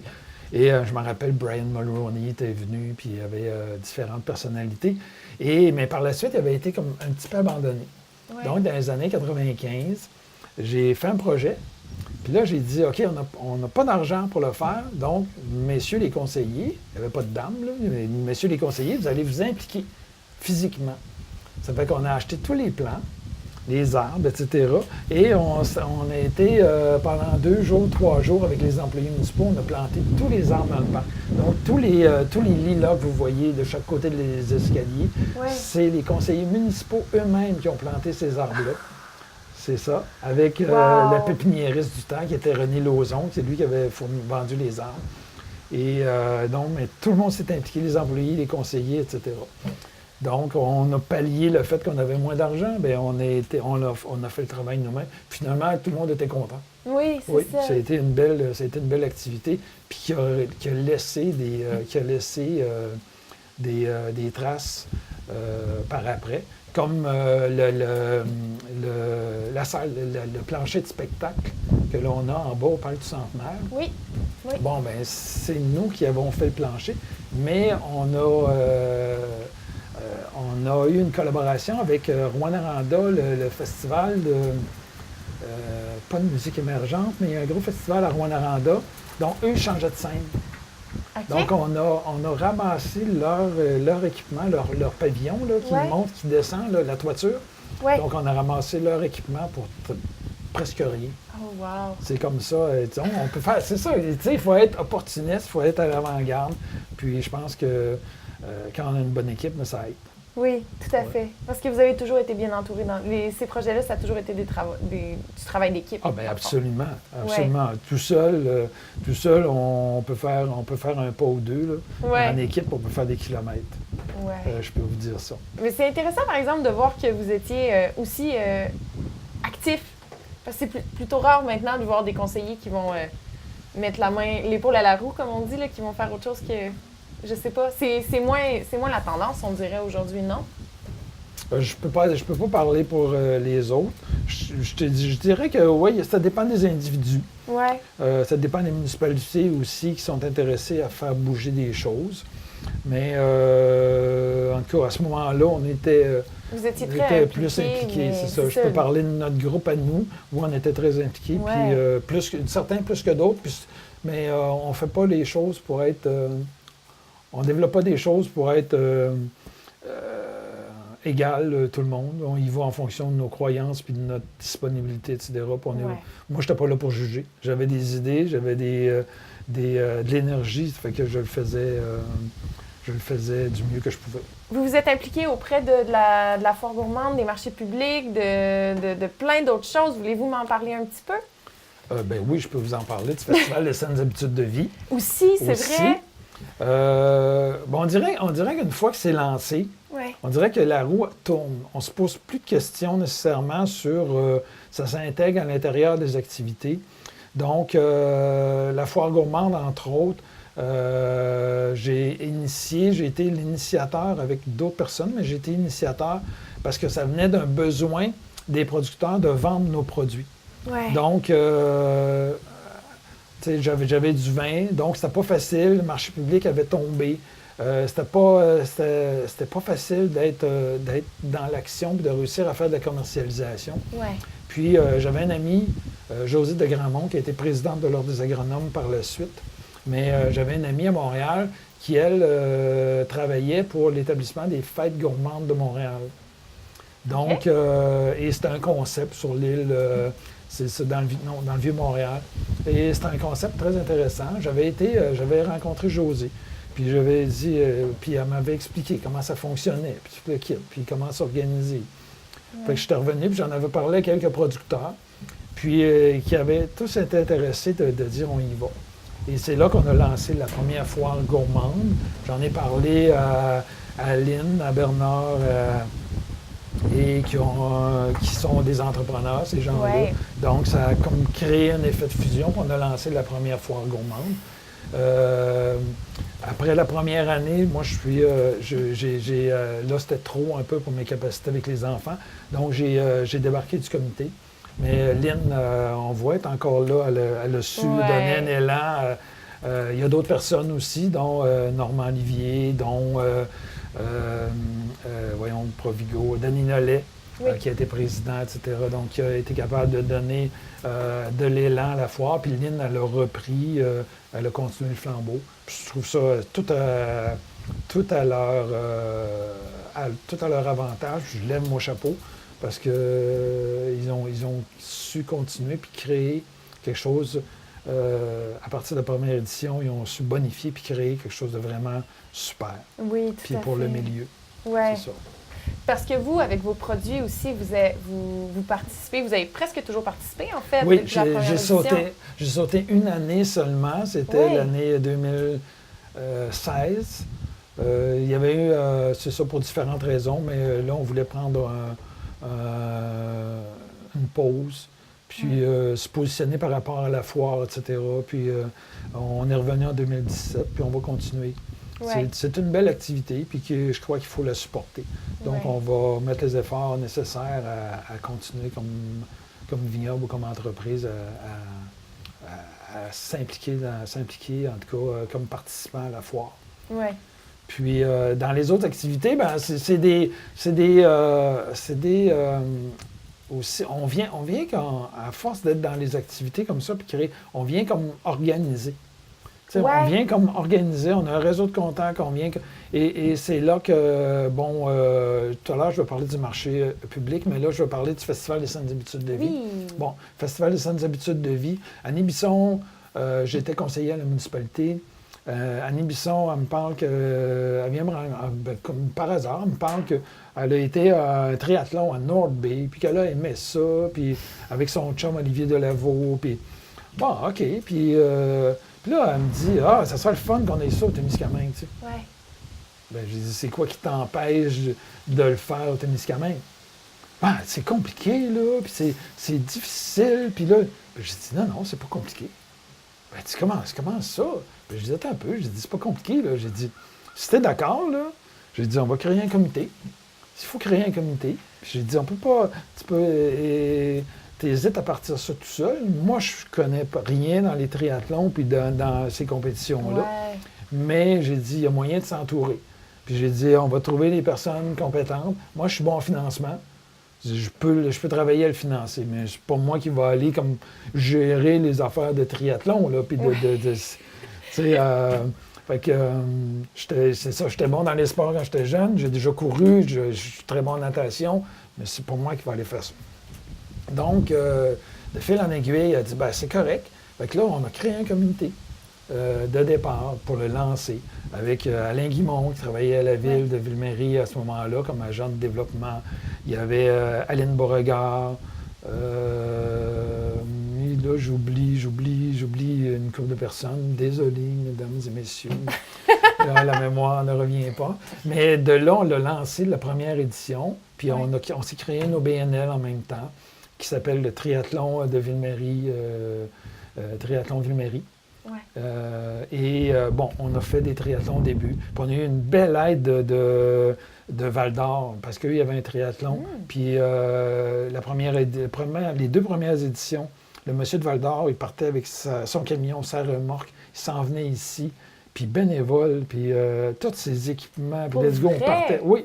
Ah, c'est bien puis il nous a formés, puis il était vraiment, il est vraiment cool. Puis là, j'oublie son nom, puis je l'ai sur le bout de la langue, il va peut-être revenir. Puis c'est comme ça a été lancé. Puis là, par la suite, bien là, on a développé d'autres capacités. Il y a des gens qui sont venus présidents. Annie l'a quitté pour d'autres cieux ou d'autres destinations. C'est allé à la Côte-Nord, à Fermont, travailler. Mais on a remplacé. On a Pierre Côté qui a embarqué, puis qui a donné un élément nouveau. J'ai été président aussi un bout du festival pendant 3 ans. Alain Guimond a été président aussi. Et là, maintenant, je continue au niveau du festival. Et là, c'est devenu un festival des saines habitudes de vie en cours de route, où là, on a élargi la compétition de triathlon, où on a été à Monsieur, Madame, tout le monde. Donc, c'était la marche du 5 km. Ensuite, c'est venu le duathlon, les jeunes, les triathlons WIX. Puis c'est merveilleux d'avoir un petit bonhomme de 3 ans qui va courir 30 mètres, là. OK, dans la pelouse, puis qu'il y a sa petite médaille à la fin. Quelle belle récompense. Donc, ça vaut la peine de continuer. Puis je continue. Je continue en financement. Je travaille sur le financement d'activités. Et avec le temps que j'ai. Et puis j'ai continué. Là, je suis rendu à la 11e édition. Je suis le dernier, là. Je suis le dernier vieux de la gang. C'est ça. Puis, c'est ça, là, il y a une maudite belle équipe, là, avec Manon, Nathalie, Amélie. Et là, je ne veux pas nommer je veux pas me tromper encore là, mais je vais nommer les principales. Mais il y a vraiment une belle équipe, puis une belle relève, puis ça travaille fort. Oui, ça doit être assez valorisant, en fait, quand on voit un projet comme ça, que nous, on a parti, dans le fond, en équipe, mais quand même, voir ça tranquillement s'envoler tout seul avec d'autres gens qui sont là pour le soutenir. Oui, c'est ça le défi finalement, c'est une fois l'étincelle puis c'est parti, que ça continue. Et donc, ça veut dire qu'il y avait un réel besoin dans le milieu, puis le festival a trouvé sa place. Puis c'est le fun parce qu'on y donne une touche spéciale, parce qu'on donne encore des paniers cadeaux. Oui, des paniers de produits régionaux. Bien, on fait des paniers cadeaux qu'on donne aux équipes et aux individus. Donc, c'est notre touche spéciale à l'intérieur du triathlon. Puis on est les seuls au Québec qui font ça. Hein. Il n'y a pas personne d'autre qui fait ça. Et donc, c'est vraiment intéressant. Puis que ça continue. Puis moi, ça me touche directement, étant comme producteur, bien entendu. Mais c'est vraiment plaisant. Oui. Donc là, vous m'avez parlé du Festival des saines habitudes de vie. Il y a aussi les marchés publics qu'on n'a pas abordés. Oui, bien ça, je suis content, puis je suis bien fier aussi. Là, je suis impliqué encore directement et très fortement. Donc, on a relancé les marchés publics. Ça avait tombé. Oui, il y en avait avant. Il y en avait avant. C'était Normand Olivier qui s'en occupait beaucoup avec M. Falardeau. Et donc, avec Ghislain. Mais ça avait tombé complètement. Et on a relancé, les producteurs, on a relancé. Donc, lorsqu'on a relancé, on était à différents endroits. On était dans la cour du Provigo. au fond, complètement caché, parce que les RACJ ne voulaient pas qu'on soit proche. Ensuite, on s'est rapproché sans trop le dire. Mais quand les gens, ce qu'on s'est aperçu, puis là, c'est des techniques de marketing. Ouais. Quand les gens vont faire l'épicerie, ils ne s'en vont pas s'acheter, ils s'en vont pas au marché public, ils s'en vont à l'épicerie. Ils ont un objectif. Donc, c'est de faire manger sa petite famille, de faire manger sa famille le plus rapidement possible. Et là, on va faire du social peut-être, parce que c'est rendu une place de social, l'épicerie. Ouais. Mais c'est pas la place de marché public. C'est donc, après plusieurs tentatives au Provigo, puis c'est pas la faute à Denis. Denis aurait aimé qu'on continue. On s'en allait dans la cour de l'école Moffett. OK. Et non, on s'en allait sur le bord du lac, OK. sur le terrain de fabrique. Mais là, encore là, on était comme un peu en dehors. Et je me rappelle, avec 2-3 producteurs, là. Puis et moi, là, il y a des journées, je pouvais vendre une bouteille de vin, là. C'est ça. Donc, je laissais le soin aux enfants Bruno de gérer mon kiosque. Puis j'allais monter ça au début, puis j'allais chercher à la fin. Puis c'était ça, il fallait donner, puis on donnait. Puis on était juste 2-3, là. On était 3, là. OK. Puis ensuite, on s'est allé à l'école Moffett en avant, où il y avait l'ancienne résidence, là. Oui. Là, il y a un trottoir, on s'est installé là avec les chapiteaux. Puis là, on a commencé à recruter d'autres personnes. Là, il y a Gélie Jean qui a commencé à venir avec nous. Norvie est revenu, parce que là, il n'était plus dans le portrait du tout. OK. Norvie est revenu. Donc, on a commencé à monter 4, 5, 6 entreprises. C'était pas si pire. La Faluche qui venait nous voir aussi, qui venait vendre du pain à Anita. Puis de là, on a monté un projet de construction d'un bâtiment permanent. OK. Et quand la CRE a été abolie il y a 4 ans, donc les budgets du volet 4, il y avait de l'argent dévolu à l'agroalimentaire. Donc, on a récupéré certaines sommes. Et nous, on avait demandé 35 000, puis on a eu 35 000. Wow! Ça fait que, donc, on a eu de l'argent là. Mais là, le bâtiment coûtait 100 000, là. Oh, donc, il fallait le financer. Et là, j'ai sorti mes techniques en financement. Donc, j'ai été voir, j'ai sorti mon bâton de pèlerin, puis j'ai trouvé de l'argent.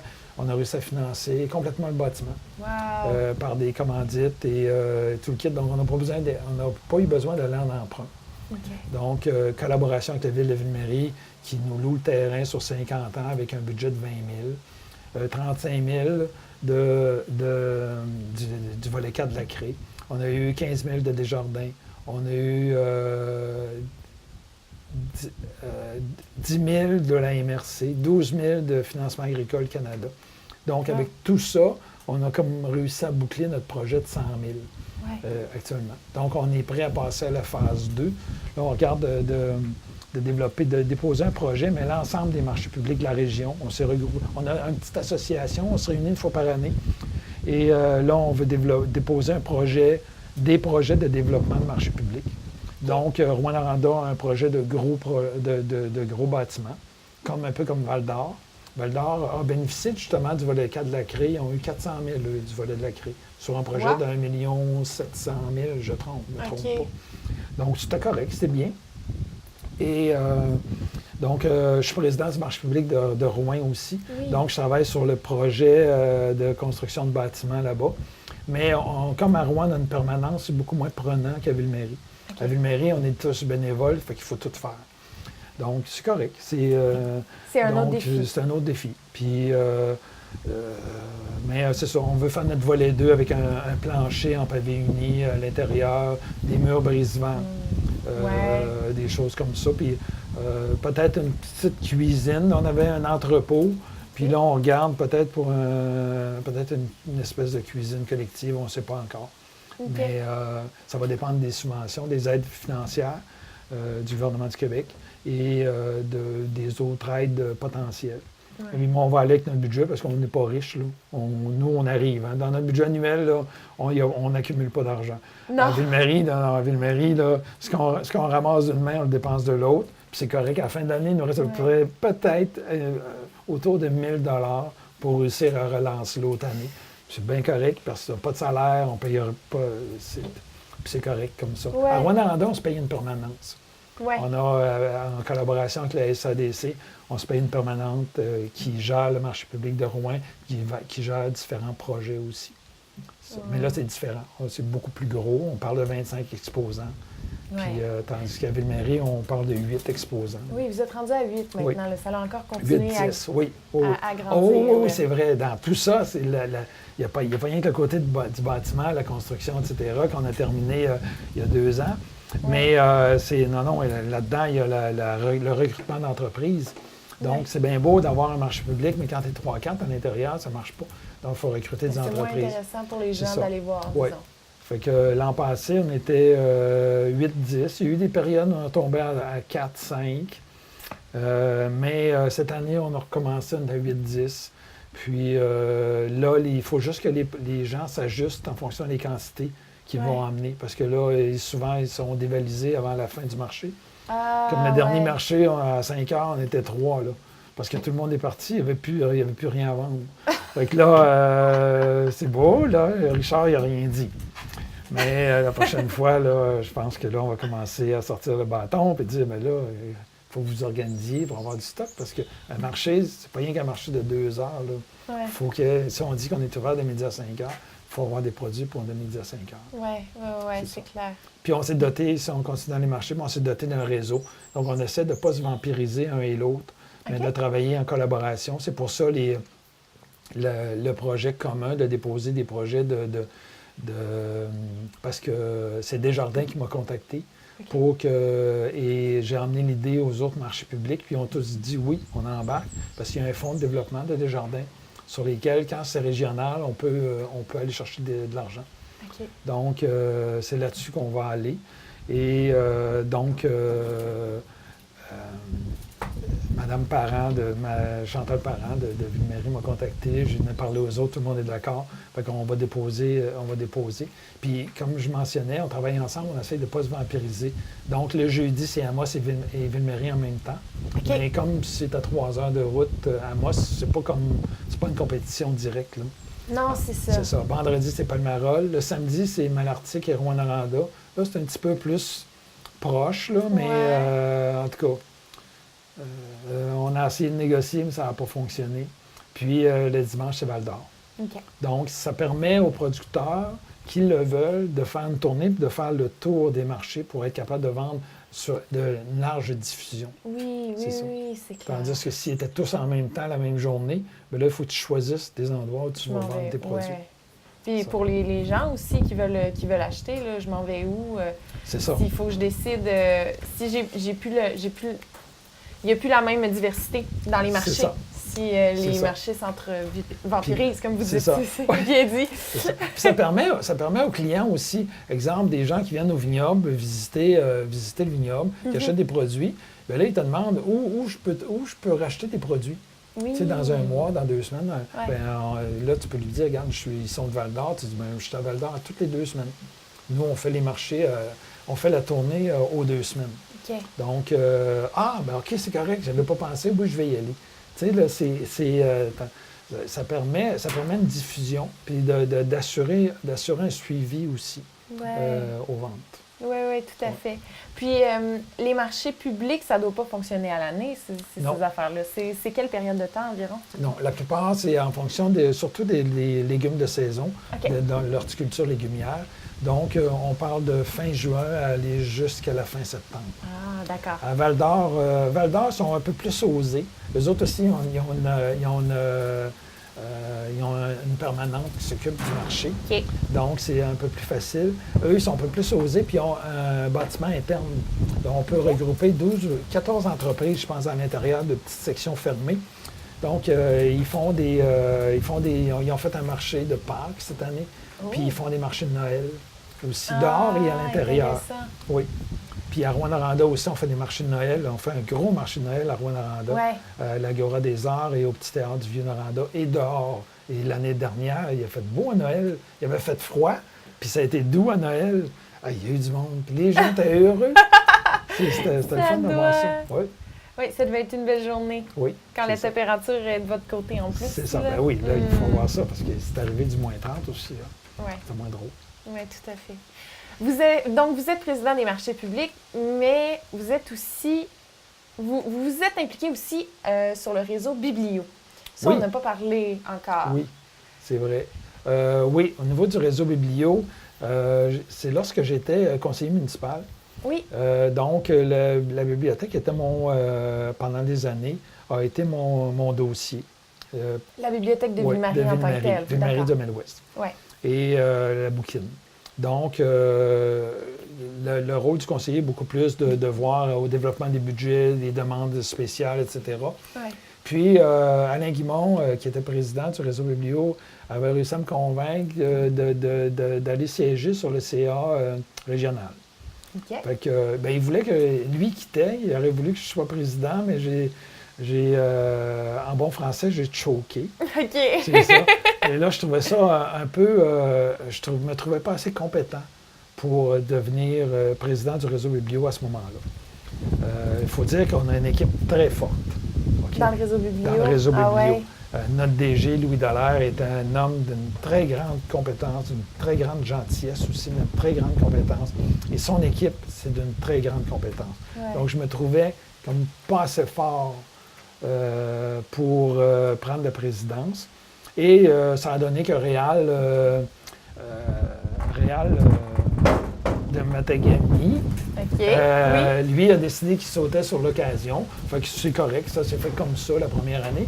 Sauf que Réal, après pas tout à fait un an, il y a eu des petits problèmes de santé, il y a eu d'autres priorités dans sa vie. Okay. Et il n'a pas démissionné du réseau biblio, mais là, il ne pouvait plus assurer la présidence. Fait que là, je suis devenu président. Et là, j'avais fait quand même presque un an. Ouais. C'est ça, donc je me sentais plus à l'aise. Et je suis embarqué à ce moment-là président du réseau biblio. Et finalement, j'ai continué. Ça fait 3 ans que je suis président. Là. OK, d'accord. 3 ans, oui, c'est ça. Et cette année, on a eu une belle assemblée générale annuelle. On fait ça tout le temps en même temps que le Salon du livre. Ah oui! Et donc à la Sarre, et on a eu une très, très belle assemblée générale annuelle. Au motel Ville-Maurepas, on a eu 130 personnes. Et oui. Puis les gens, là, tous intéressés, puis on donnait tous les résultats de ce qui se passe, puis sur quoi on développe. Puis mon rôle reste quand même plus administratif.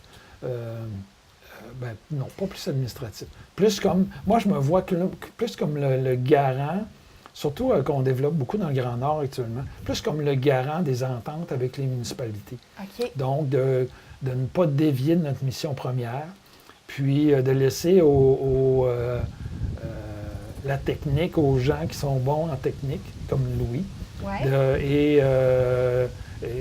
mais de partager leur vision et de faire partager la vision que l'on a. Et actuellement, nous, on a deux défis. C'est de maintenir notre réseau de 70 bibliothèques. OK.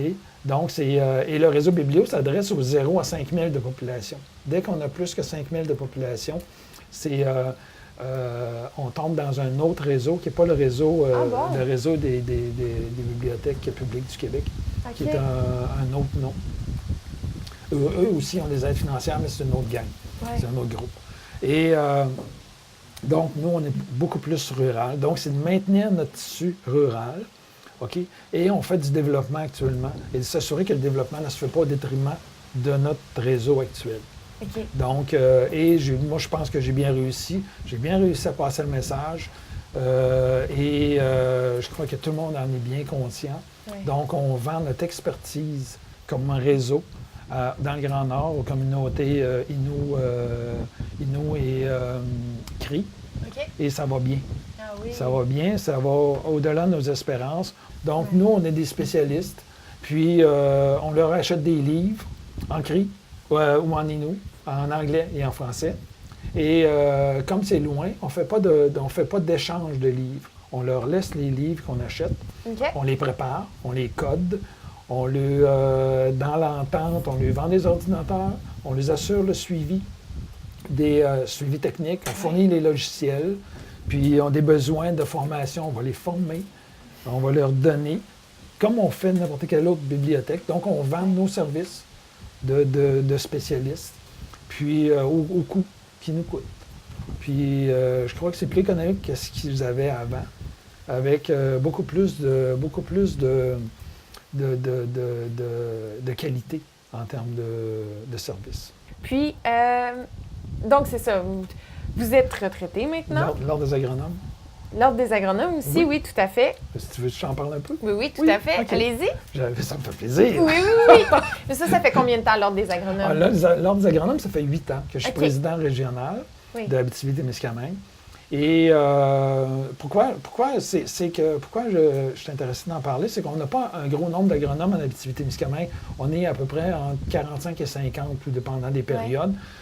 Donc, il s'agit en région, il s'agit de garder la vie associative vivante, d'animer, de faire des formations, de créer des choses avec les agronomes de la région, sans que ça soit social. Ça peut être social, mais ça peut être aussi comme formation. Okay. Donc, d'assurer une certaine formation et de garder le lien avec les agronomes. Mais au niveau provincial, je suis sur le CA, j'ai été sur l'exécutif provincial. Maintenant, les exécutifs avec les ordres professionnels, il y a eu énormément de changements. Donc, j'ai été sur le comité de changement qui était obligé par l'Office des professions et le gouvernement du Québec. Donc, maintenant, on est rendu avec des comités qui gouvernent au lieu que ce soit l'exécutif. Donc, la formation de 3 comités. Donc, il a fallu tout étudier et présenter ça au CA et organiser. Le plan stratégique de développement, j'ai siégé dessus aussi. Donc, j'avais du temps, j'ai travaillé plus là. Et normalement, j'aurais dû prendre ma retraite cette année, puis je vais poursuivre pour 2 ans, parce que la relève n'était pas prête. OK, d'accord. Mais il vient un temps où il faut passer le flambeau. Vous m'aviez expliqué aussi que de vos temps libres, mais libres entre parenthèses, vous faites aussi du coaching. Oui. Ben, ça me demande pas énormément de temps. Je fais un petit peu de coaching d'entrepreneur, pas vraiment d'entreprise, c'est plus sur la personne. Ouais. Exemple, toi, tu aurais un projet de développement en agriculture. Oui. Bien, tu sais, là, je vais te piloter, je vais te coacher pour, on est rendu à telle étape, on s'en va vers telle étape, vérifier si l'étape, elle est bonne. Est-ce que c'est toujours le temps? Donc, est-ce que tu as vérifié le financement? Est-ce que le financement est bon? Ouais. S'il nous manque de financement, quelles sont les autres opportunités? Est-ce que tu veux toujours continuer ton projet? Oui, c'est ça. Mais plus sur la personne que sur l'entreprise. Parce que sur l'entreprise, il y a des gens qui sont spécialisés pour ça. Ouais. Une fois que l'entreprise est lancée, de faire les suivis, de faire les analyses, etc. Mais c'est plus sur le coaching, de voir, de faire les formations. As-tu pensé à telle formation à tel endroit? On peut l'avoir sur Internet aussi. On peut l'avoir, les livres, ils étaient disponibles. Il y a un 2e livre qui vient de sortir. L'as-tu vu? Oui. Ouais. Ce serait peut-être bon que tu ailles suivre une formation là-bas. Il y a des gens comme le CLÉ, le Centre local d'emploi, qui peut t'aider à aller chercher une formation directement sur l'entreprise pour te permettre d'avancer ton projet. Il y a aussi la SADC ou le Société de développement du Témiscamingue qui peut t'aider. Tu sais, là, faire cheminer la personne par le biais de mon expertise ou de mon expérience. Oui, tout à fait. C'est ça. Donc, ce que vous faites, c'est quoi? Vous vous asseyez avec la personne, elle vous raconte un peu son projet et tout ça, puis vous, après ça, vous pouvez la diriger. Oui, c'est ça. Puis là, on se rencontre régulièrement, on fait un dîner... de temps en temps, peut-être au mois. Ça dépend des besoins. D'accord. Ça dépend des besoins de la personne. Et on se parle par texto. OK. Donc, s'il y a des questions, un peu n'importe quand, ils peuvent vous contacter. Puis il semblerait que j'ai solutionné un dossier assez rapidement. La personne a eu mon cellulaire, je ne sais pas comment. Il m'a appelé. Puis c'était 2 jeunes, un couple. Puis là, ils ne trouvaient pas d'agronome pour travailler sur leur projet. Puis j'ai commencé, j'ai revisé avec eux. Bon, as-tu contacté telle personne? As-tu contacté telle personne? Telle organisation? Ouais. Puis oui, il l'avait fait. Puis là, il tombait dans une période où là, c'est les vacances d'été, hein, donc c'est moins disponible, moins de temps. Puis j'ai dit, ben écoute, je pense que tu devrais contacter telle personne. J'ai entendu parler d'elle en bien dernièrement. Je la connais pas directement, mais tu peux quand même, mais elle me connaît, cette personne-là. Fait que tu peux lui dire que... puis là, ça a l'air que ça a marché. Ah! Ça fait que je suis bien content. Oui, c'est ça. Ouais. Wow. Mais tu sais, c'est des choses comme ça. Donc, les contacts, c'est à ça que ça sert un peu un coach. Hein? C'est écouter, mettre en contact, ou utiliser les contacts ou les connaissances, etc. Ouais. Puis, si moi, je n'ai pas réponse, il y en a d'autres. Donc, il faut trouver ces personnes-là. Oui. C'est ça. Oui, vraiment. Je regarde toutes les réalisations que vous avez faites dans votre vie. Vous en avez fait vraiment beaucoup, on s'entend. Si je vous dis, quel a été le plus grand défi dans toute cette montagne de choses qui s'est présentée devant vous, qu'est-ce que vous me répondez? La cohésion avec toute la cohésion de ces activités-là avec celle de ma conjointe Claire Bolduc. OK. Ça, parce qu'elle aussi, ça bouge, oui, ces affaires. Elle aussi, ça bouge. Puis souvent à l'extérieur de la région, dans le passé, là, c'est sûr, elle est dans la région, mais dans le passé, donc la cohésion de tout ça, la famille, les activités de Claire à l'extérieur. Donc, elle a été vice-présidente de l'Ordre des agronomes du Québec, présidente de l'Ordre des agronomes du Québec. Elle a travaillé au ministère de l'Environnement à Rouen, présidente de Solidarité rurale du Québec. Donc, c'était de faire la cohésion. Puis, je peux vous dire que mes enfants ont appris à voyager. Ah oui, hein? Oui, c'est ça. Parce que, tu sais, là, bon, on travaillait en équipe. Bon, ben tout le monde dans l'auto. Puis là, on s'en va à Montréal, parce que c'est clair, on a un congrès, ou etc., ou une réunion. Puis là, ben c'était soit que je restais seul à la maison avec les enfants, soit qu'on s'en allait, puis on en profitait pour faire des activités. Fait que vous montiez souvent avec elle? Oui. Pour pouvoir... Oui, oui. Ah, wow! Oui, on s'organisait comme ça. Puis là, je partais, exemple... en tout cas, tu sais, j'organisais des activités avec les enfants, on s'en allait visiter telle chose. Ouais. Puis moi, 4 ou 2, je n'avais pas vraiment de problème, là. C'est tant que ça suivait, que ça voulait suivre, j'étais de bonne humeur. C'est sûr que c'était pas toujours comme ça que ça se passe, là. mais généralement, c'était comme ça. Puis les enfants aussi étaient contents, ils sortaient. Souvent, il y avait des piscines dans les hôtels où on allait. Ouais. Donc, je partais avec piscine avec les 4, moi, puis il n'y en avait pas de problème, tu sais. Puis les plus vieux, tu sais, le fait d'avoir 2 petites familles, c'est plus facile. OK. Parce que entre Catherine et Nicolas, il y avait 5 ans. Ouais. Donc, j'avais Philippe Catherine, puis ensuite, j'avais Nicolas François. Donc, le bébé, il y avait le bébé, là. Donc, c'est ça. Philippe, c'est François, le plus jeune, puis Catherine, c'est Nicolas. Ah, fait qu'il y avait chacun celui dont il s'occupait. Là, moi, je gérais le tout. Oh! Ah, mais c'est beau! Non, mais j'étais chanceux, c'était bien, c'est ça. Ouais. C'était bien. Wow! Et donc, c'est ça. Vous avez 4 enfants. Est-ce que vous avez des petits-enfants? Oui. Oui. On a 5 petits-enfants. Oui. Donc, c'est une petite fille de 7 ans. Puis ensuite, un petit garçon de 4 ans. Un petit garçon de 2 ans, Vincent. Okay. Ben, je pourrais les nommer, hein, c'est vrai. Oui, donc, j'ai Raphaël, là, à 7 ans, la fille de Philippe. Philippe aussi, un petit garçon de Vincent. Nicolas, François, il est le plus jeune, mais qui a un petit garçon de 2 ans qui s'appelle Vincent, et un petit bonhomme d'1 an qui s'appelle Christopher. Et Nicolas, qui a un petit bonhomme qui s'appelle Alexandre d'1 an. Oh, aussi. Wow. Ouais. D'accord. Puis, donc, la famille continue à s'agrandir. C'est toujours le fun. oui, c'est plaisant. Puis, c'est ça, une partie de mes déplacements, comme pour le réseau biblio, comme pour l'Ordre des agronomes, me permet d'aller voir les enfants ou m'oblige à sortir. Donc, une fois rendu à Montréal, tu ne peux pas dire que tu ne peux pas aller voir. Tu es à côté, mais ce n'est pas un effort. C'est vraiment le fun. Oui, parce qu'il y en a plusieurs qui sont rendus à Montréal. Oui, bien, Catherine et Nicolas sont à Montréal. François est à Québec, à Lévis. Et Philippe est à Rouyn-Noranda. D'accord. Donc, Philippe est resté un peu plus proche. Oui.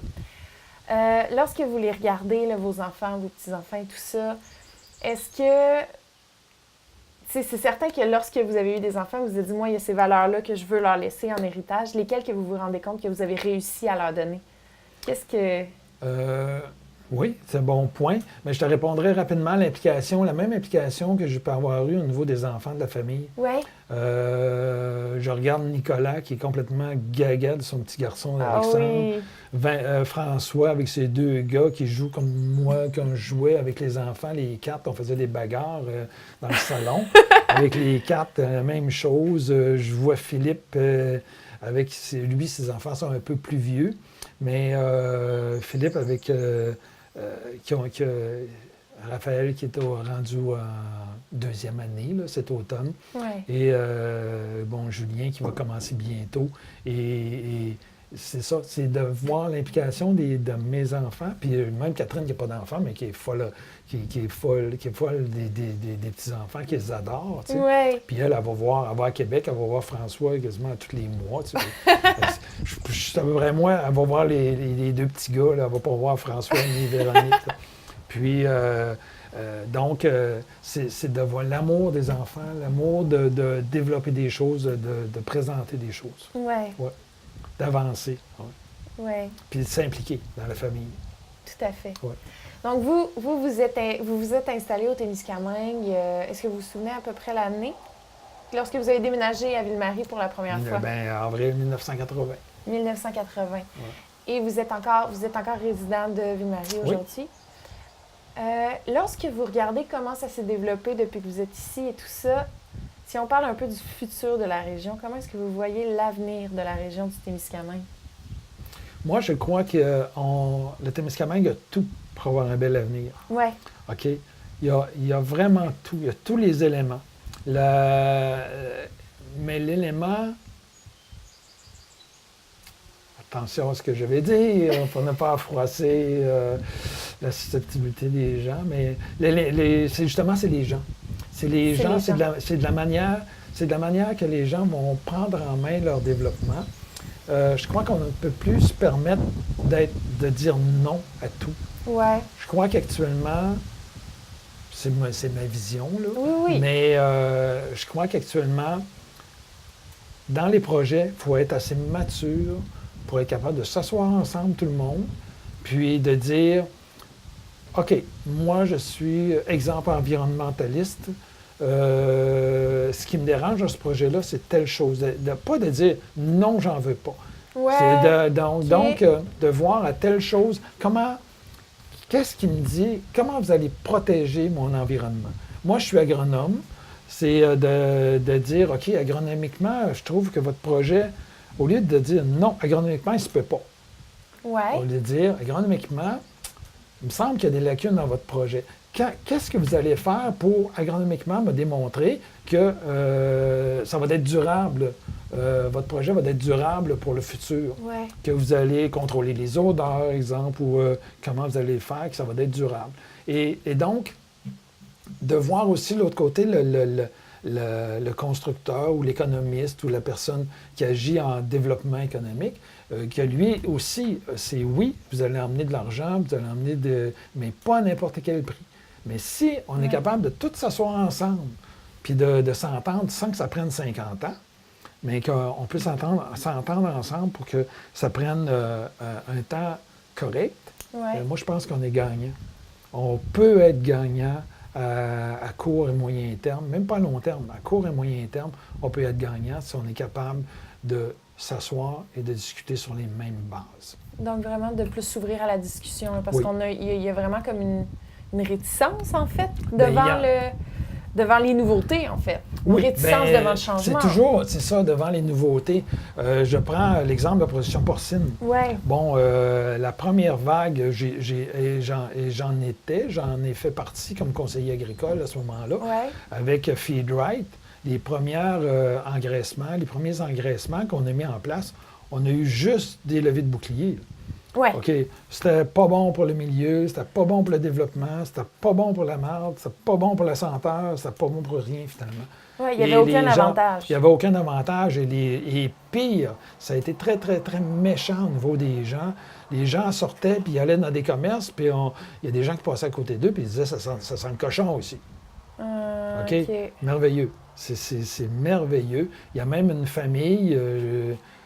je ne dirais pas de où, mais il y a même une famille, une production laitière qui avait un projet qui n'a jamais implanté, qui avait juste demandé son certificat d'autorisation au ministère de l'Environnement. Ouais. Puis ils ont tellement mis de pression que ces gens-là ont vendu les fermes laitières et sont partis à Gatineau opérer un terrain de camping. OK? Ouais. Donc, ça, c'était en 95-2000. Ouais. Lorsque Ferme Boréal a lancé son projet, il y a eu énormément d'obstacles. Je ne sais pas si vous avez été aux réunions à Saint-Eugène, les réunions publiques. Ça dit des choses là, pas vraiment belles. Là. OK, ouais. OK. Et, mais finalement, on regarde aujourd'hui, puis, bon, ils ont déposé un plan d'affaires, ils ont déposé une méthode de faire. C'est sûr que la législation était pour eux, mais il y a eu un comité de suivi, de mise en place. Il y a, et je pense qu'à date, ils ont rempli leur engagement. Ouais. Ça ne veut pas dire qu'il ne faut pas continuer à les surveiller. Non, non. Mais ça veut dire qu'actuellement, je crois qu'ils ont rempli leurs engagements. Et à partir de une qui a été construite à Foucherville, bien là, on est rendu à la 4e. Ouais. Puis il va y avoir une 5e qui va être construite. Ouais. Et donc, ils s'engagent des gens. OK, là, il va toujours... Il y a toujours deux manières de voir le côté de la médaille, là. Ces emplois-là, ils engagent des gens. Moi, mais c'est pas payant. Mais qui est-on pour juger du pas payant? Ouais. Est-ce qu'ils sont capables de recruter des gens? Bon, bien, si oui, c'est parce qu'il y a des gens qui sont là faire leur bonheur pour diverses raisons. Et là, c'est sûr qu'on a un problème de pénurie de main-d'œuvre, mais il ne faut pas... c'est ça le danger, c'est d'aller juger du projet. On n'a pas à juger du projet.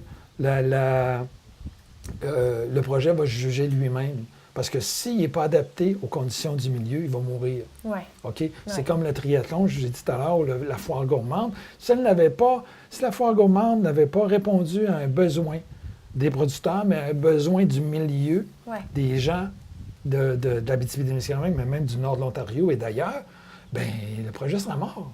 Il aurait fait 1 an, 2 ans, 3 ans, puis il serait tombé. Mais non, il est toujours là, puis plus fort que jamais.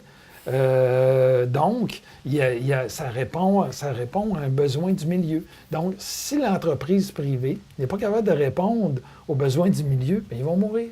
C'est vrai, oui. Donc, je pense que nous, on n'a pas à s'en aller à ce niveau-là. Je pense qu'on a à dire, OK, notre milieu, il est beau, il est sain, on veut le garder le plus possible.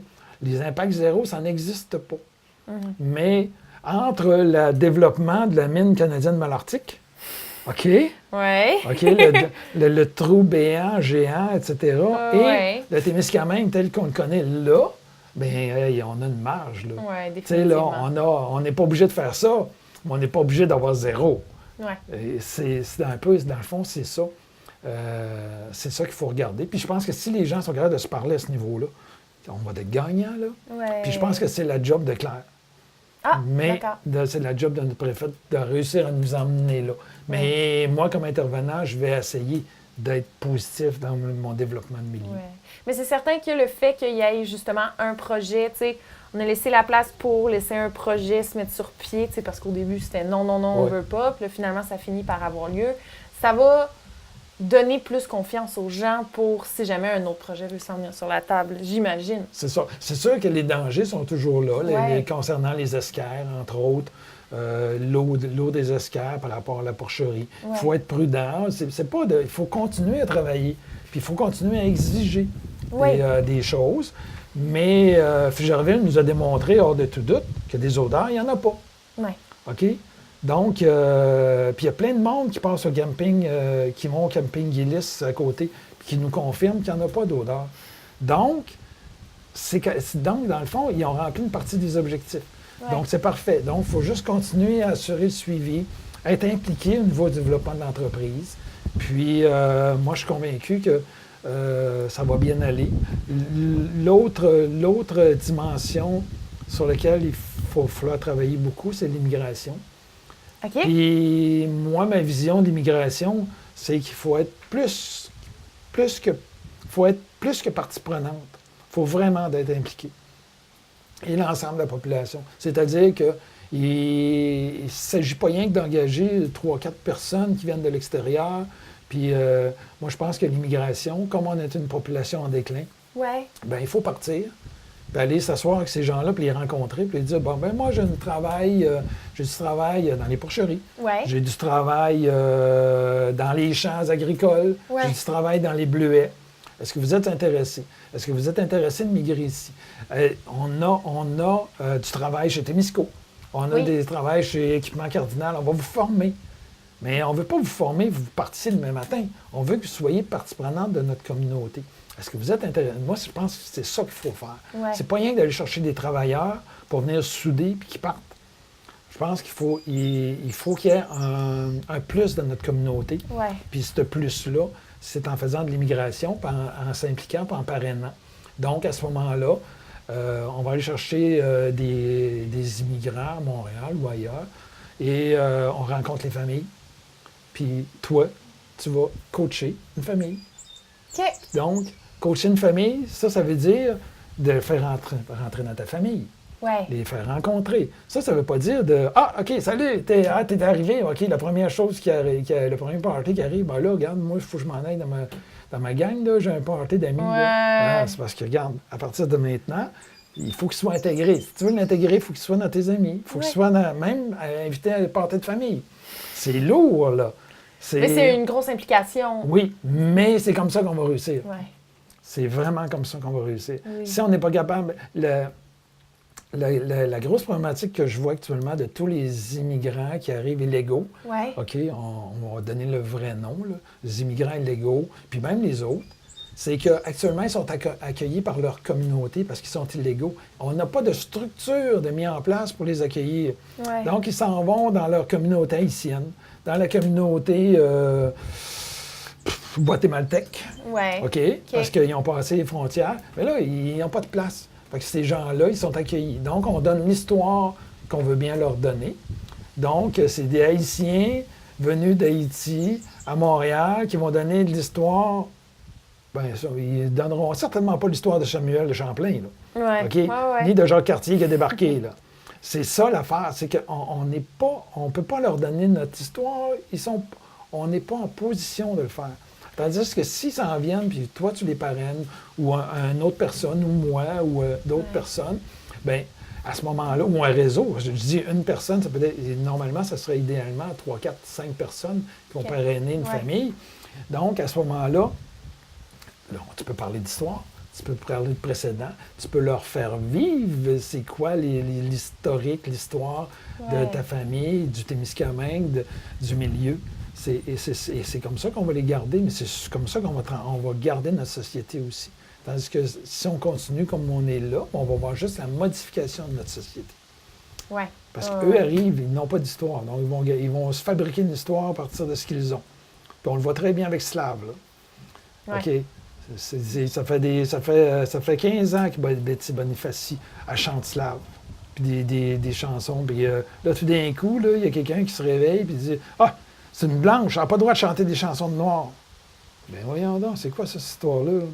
On n'a plus le droit de... mais c'est parce qu'il n'y a pas l'histoire qui va avec. Il n'y a pas le suivi. Mm-hmm. C'est une bonne avenue que c'est pas nécessairement tout le monde qui ont pensé. C'est une bonne... Ça serait un bon chemin à essayer, en tout cas, au moins à tester, là, parce que c'est pas quelque chose qui est en place en ce moment. Je pense que ce serait assez facile de le faire actuellement, d'avoir des délégations. Puis là, on n'a même pas besoin d'aller dans d'autres pays, là, parce que les autres pays ont tellement immigré qu'on a juste à aller à Montréal puis à trouver à rentrer dans le réseau, puis de dire le Témiscamingue est à recherche de familles pour tel secteur de production, êtes-vous intéressé? Et moi, je pense qu'il faut l'essayer, en tout cas. Oui, tout à fait. C'est ça. Oui. Et merci beaucoup, M. Dessureau, d'avoir partagé avec nous vos expériences et votre savoir, en fait, aujourd'hui. Bien, moi, je voudrais juste, dans un dernier message, moi, je trouve ça un peu gênant de venir parler de mon parcours. Et je le fais en toute humilité. Et comme j'ai déjà dit à d'autres personnes, je suis fan aussi de d'autres personnes au Témiscamingue. Il y a des personnes qui sont très, très inspirantes au Témiscamingue. Et c'est ça, je veux les féliciter dans des développements d'entreprise, dans des développements de différents niveaux. Je vais en nommer quelques-uns, là, mais je ne sais pas, ça va créer des jaloux, mais j'ai connu les propriétaires d'Équipement Cardinal l'automne dernier. Ça m'a épaté de voir cette entreprise-là qu'on n'a aucune idée qu'il y a 3-4 compagnies qui sont développées, ils sont à grandeur du Canada et des États-Unis. Ils sont impressionnants comme développement. Puis j'ai appris des choses là. Je prends comme Martin Drolette avec Gilles Drolette et fils qui a intégré ces deux garçons, qui a fait du développement en Abitibi. il ne l'a pas fait ici, mais a gardé l'entreprise ici. Et son réseau, il permet justement de faire des économies fort possiblement. Ouais. Et il y a plein de gens comme ça qui ont du développement assez extraordinaire. Tout à fait. Donc, mais ils auront sûrement leur point de vue. J'espère. C'est ça qu'ils vont pouvoir faire connaître leur développement personnel et d'entreprise aussi. Mais comme j'ai dit tout à l'heure, moi, j'ai toujours travaillé en équipe. Je suis une personne d'équipe. Pas toujours un caractère facile, mais en tout cas, c'est comme ça. Merci. Merci beaucoup. Merci.